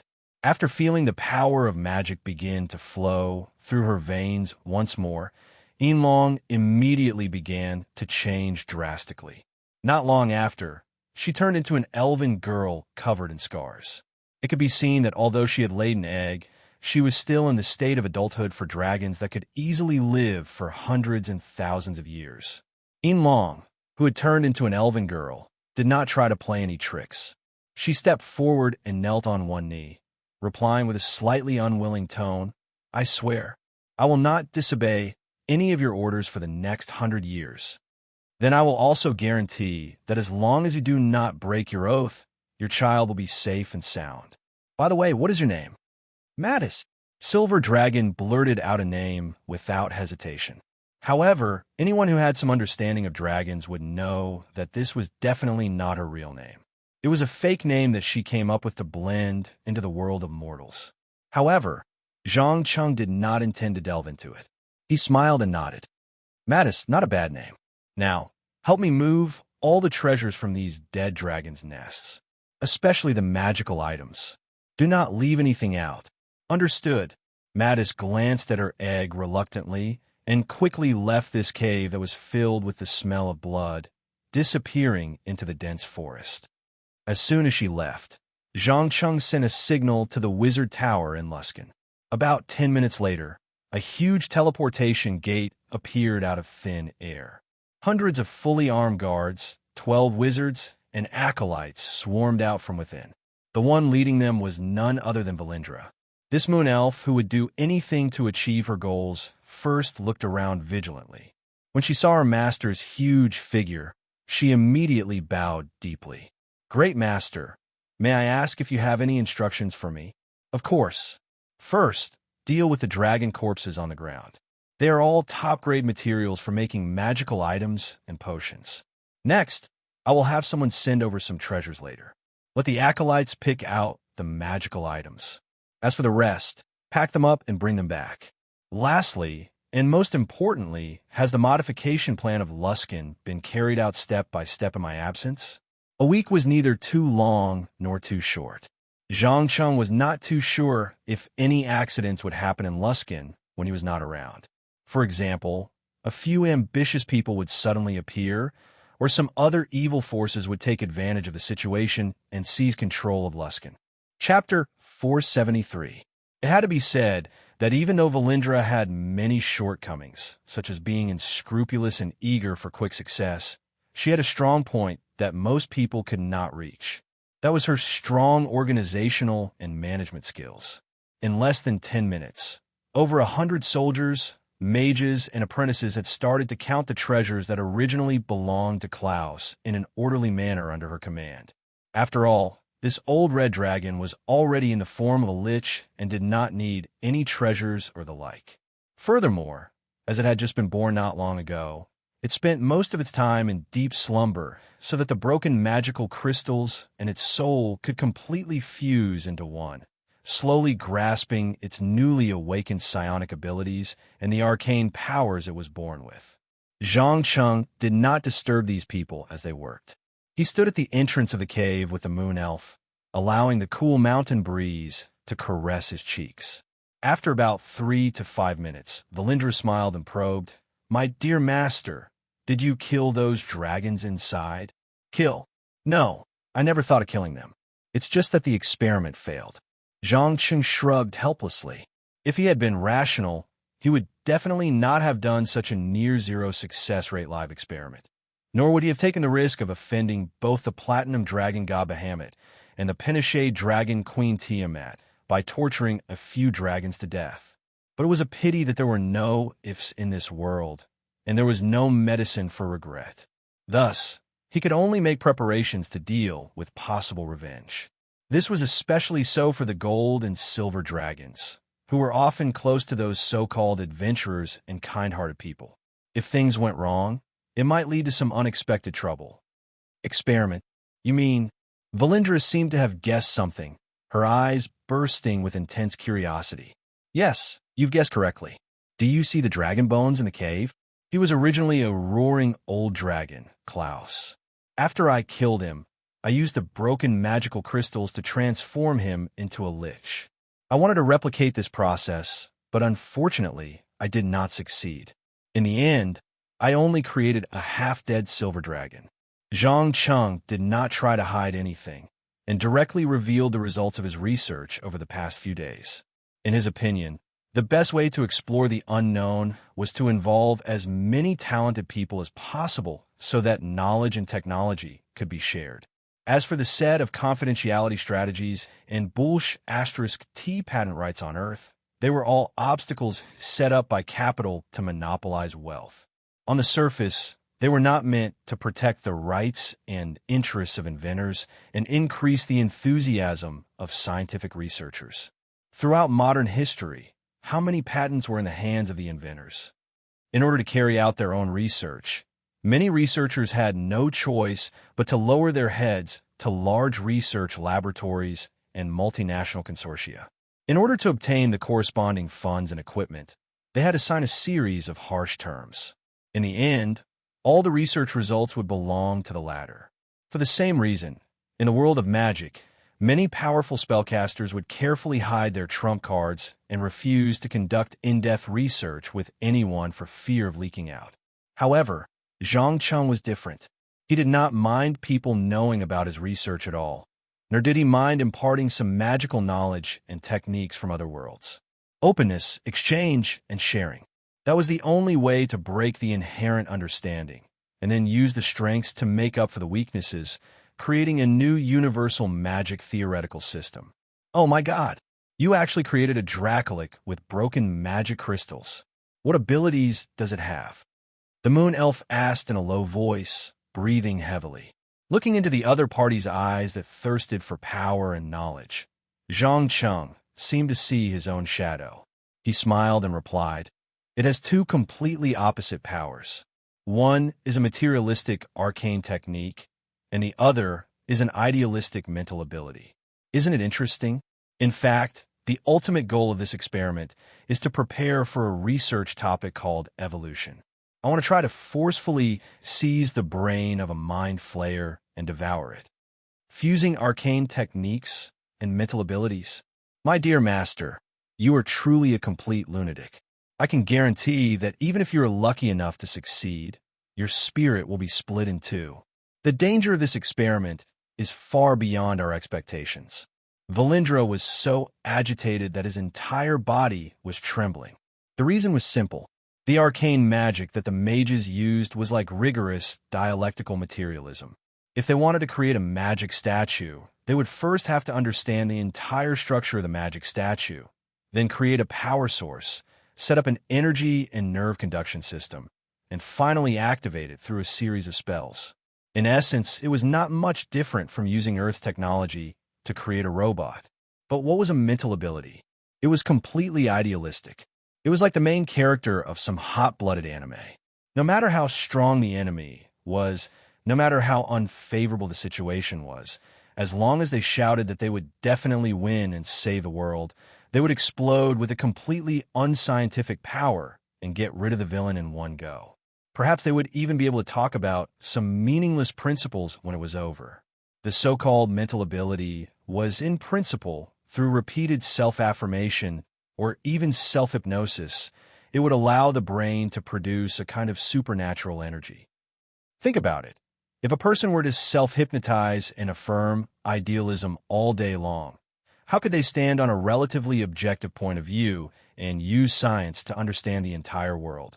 By the same logic, how could a quantum physicist believe that as long as they looked in the mirror every day, they would be able to obtain a superpower? The two were completely opposite in nature. If someone were to fuse these two powers into one, then they would either have a complete schizophrenia or be driven mad. This was also one of the reasons why, for thousands of years, apart from the demigod Elam, no one else had succeeded. Any rational mage would not easily come into contact with things related to mental abilities. Mind flayers who grasped mental abilities would also not easily read and learn things related to magic. Even if they were to learn, it would be with a reference attitude and would definitely not go too deep. Zhang Cheng was undoubtedly very clear about the dangers involved. He pointed to his chest and said with a smirk, "Do you know, just a few months ago, I sealed a Baylor demon in my body. At most, in another 2 months, I will be able to completely digest it. In fact, my mind has always been on the verge of rationality and madness, so it doesn't matter if I go a little crazy. As long as I can obtain knowledge and power, paying a small price is completely worth it, isn't it?" Sealed a Baylor demon in your body. Valindra opened his mouth wide in shock. Chapter 474. A few days later, in the Tower of Luskin's original arcane brotherhood, the naked Valindra lowered her head and stared at the faint red mark on her abdomen. She seemed to be in disbelief that a succubus had been sealed in her body just like that. As a young moon elf, she already possessed a beauty that most human females could never hope to attain. Now, she was even more mysterious and enchanting than before. Of course, compared to a relatively low-level demon like the succubus, she was more willing to imitate her master and seal a powerful Baylor demon. However, it was a pity that a mortal's body was too weak and could not withstand the terrifying corrosion of a Baylor demon. She could only settle for the next best thing, which was to use a relatively weak succubus. Even so, Valindra could still feel the dual changes in her body and mind. For example, a certain part of her that was cold and indifferent gradually became stronger, and techniques for torturing and abusing captives flashed through her mind from time to time. At the same time, she also gained many innate abilities such as immunity to poison, secondary charm, illusion, invisibility, and so on. Coupled with the terrifying physique of a dragonoid, she could defeat most warriors even without spells. How do you feel now?" Zhang Cheng asked without turning his head as he gently shook the translucent half-finished potion in the test tube. "Me? Awesome. I never thought that a mortal could actually eat a demon, and in such a way. Do you know that if you spread this technique, the entire world will change greatly? After all, power is something that everyone desires." Valindra used her finger to caress the faint red mark. "No, you don't understand the danger of this technique. Firstly, before this demon is completely digested, you cannot receive any fatal injuries, especially where the seal is. Otherwise, once she escapes, she will definitely kill you without hesitation. Secondly, do you think that eating a demon will not affect your body and mind? No. To be exact, you and the demon both have the opportunity to devour each other. Normal humans cannot withstand such temptation and corrosion, so they will be eaten by the demon in the end, and not the other way around. Lastly, and most importantly, I am not a philanthropist. I will not waste my energy on someone I don't know or have no use for." As soon as she finished speaking, the potion in Zhang Cheng's hand suddenly burst with a dazzling light, and then it exploded like a bomb. The terrifying shockwave and flames instantly crushed everything within a few meters, especially glass test tubes, bottles, beakers, and the like. Fortunately, this level of explosion did not cause too much damage to him. He only shook off the glass shards on his body in annoyance and complained in a low voice, "Damn it! Failed again. My dear master, you are too impatient. It is not that easy to develop a new type of magic potion," Valindra reminded with a smile as he put on his mage robe. "Hee hee, you don't understand what I'm doing, right?" Zhang Cheng glanced at Moon Elf meaningfully. In fact, he wasn't making any new potions at all. He was trying to replicate some of Azeroth's alchemy recipes in this world. Unfortunately, for some reason, there would be some unexpected results at the crucial point of conversion. Perhaps it was due to the interference of the magic net, or some subtle changes in energy. In the end, without exception, it would all explode. Valindra stroked her silver-white hair, bent down, and picked up a piece of broken glass. She licked it with her tongue, and a surprised expression quickly appeared on her face.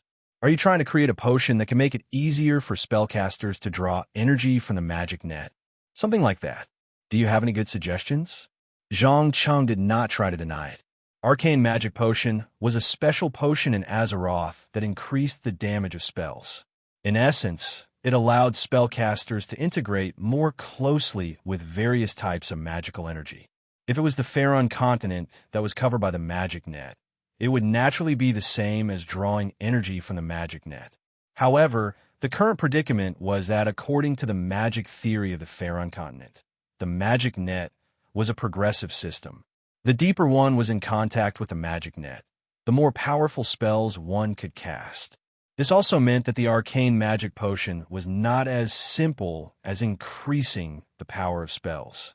It would also allow the user to come into contact with a deeper layer of the magic net. For example, a mage who was originally able to cast a level 3 Arcana spell might temporarily gain the power to cast a level 4 Arcana spell after drinking the arcane magic potion. Obviously, such a method that was close to cheating was not allowed by the goddess of magic. Therefore, every time the potion was about to be successfully created, there would be a strange force that would break the weak balance in the potion, causing a terrifying explosion. Valindra thought for a moment and quickly shook her head. Sorry, I am not proficient in pharmaceutics, so I can't give you any good suggestions. However, as far as I know, dragon blood is a very good stabilizer in many ways, especially your blood, which contains very rich magical energy. My blood! Zhang Cheng seemed to be deep in thought. The next second, he seemed to have suddenly understood something. He quickly cut his finger with a mithril dagger and dripped the blood into a brand new test tube. Following that, he added the solvent and began to mix the arcane magic potion according to the ratio. This time, the potion did not explode. Instead, it showed an extremely bright purple color.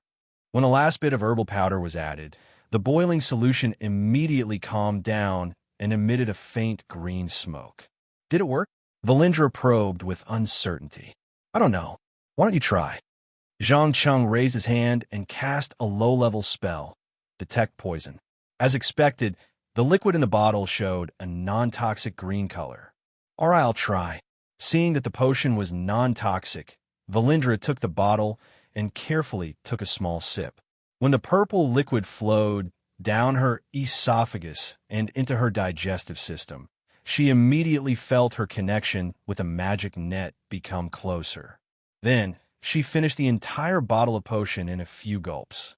About a minute later, a strong wave of magical energy exploded from the Moon Elf's body. Unbelievable! Too unbelievable! This bottle of potion actually allowed me to reach a deeper level of the magic net. I can now use 6 Circle Arcana spells. Valindra clenched her fists and said to herself excitedly. Interesting. A glint flashed across Zhang Cheng's eyes. Although he could not be sure at the moment whether this bottle of arcane magic potion with dragon blood was only effective for dragonborn mages who also had their own blood, or for all spellcasters. If it was the former, it meant that the body he had occupied had been transformed into a black dragon of Azeroth.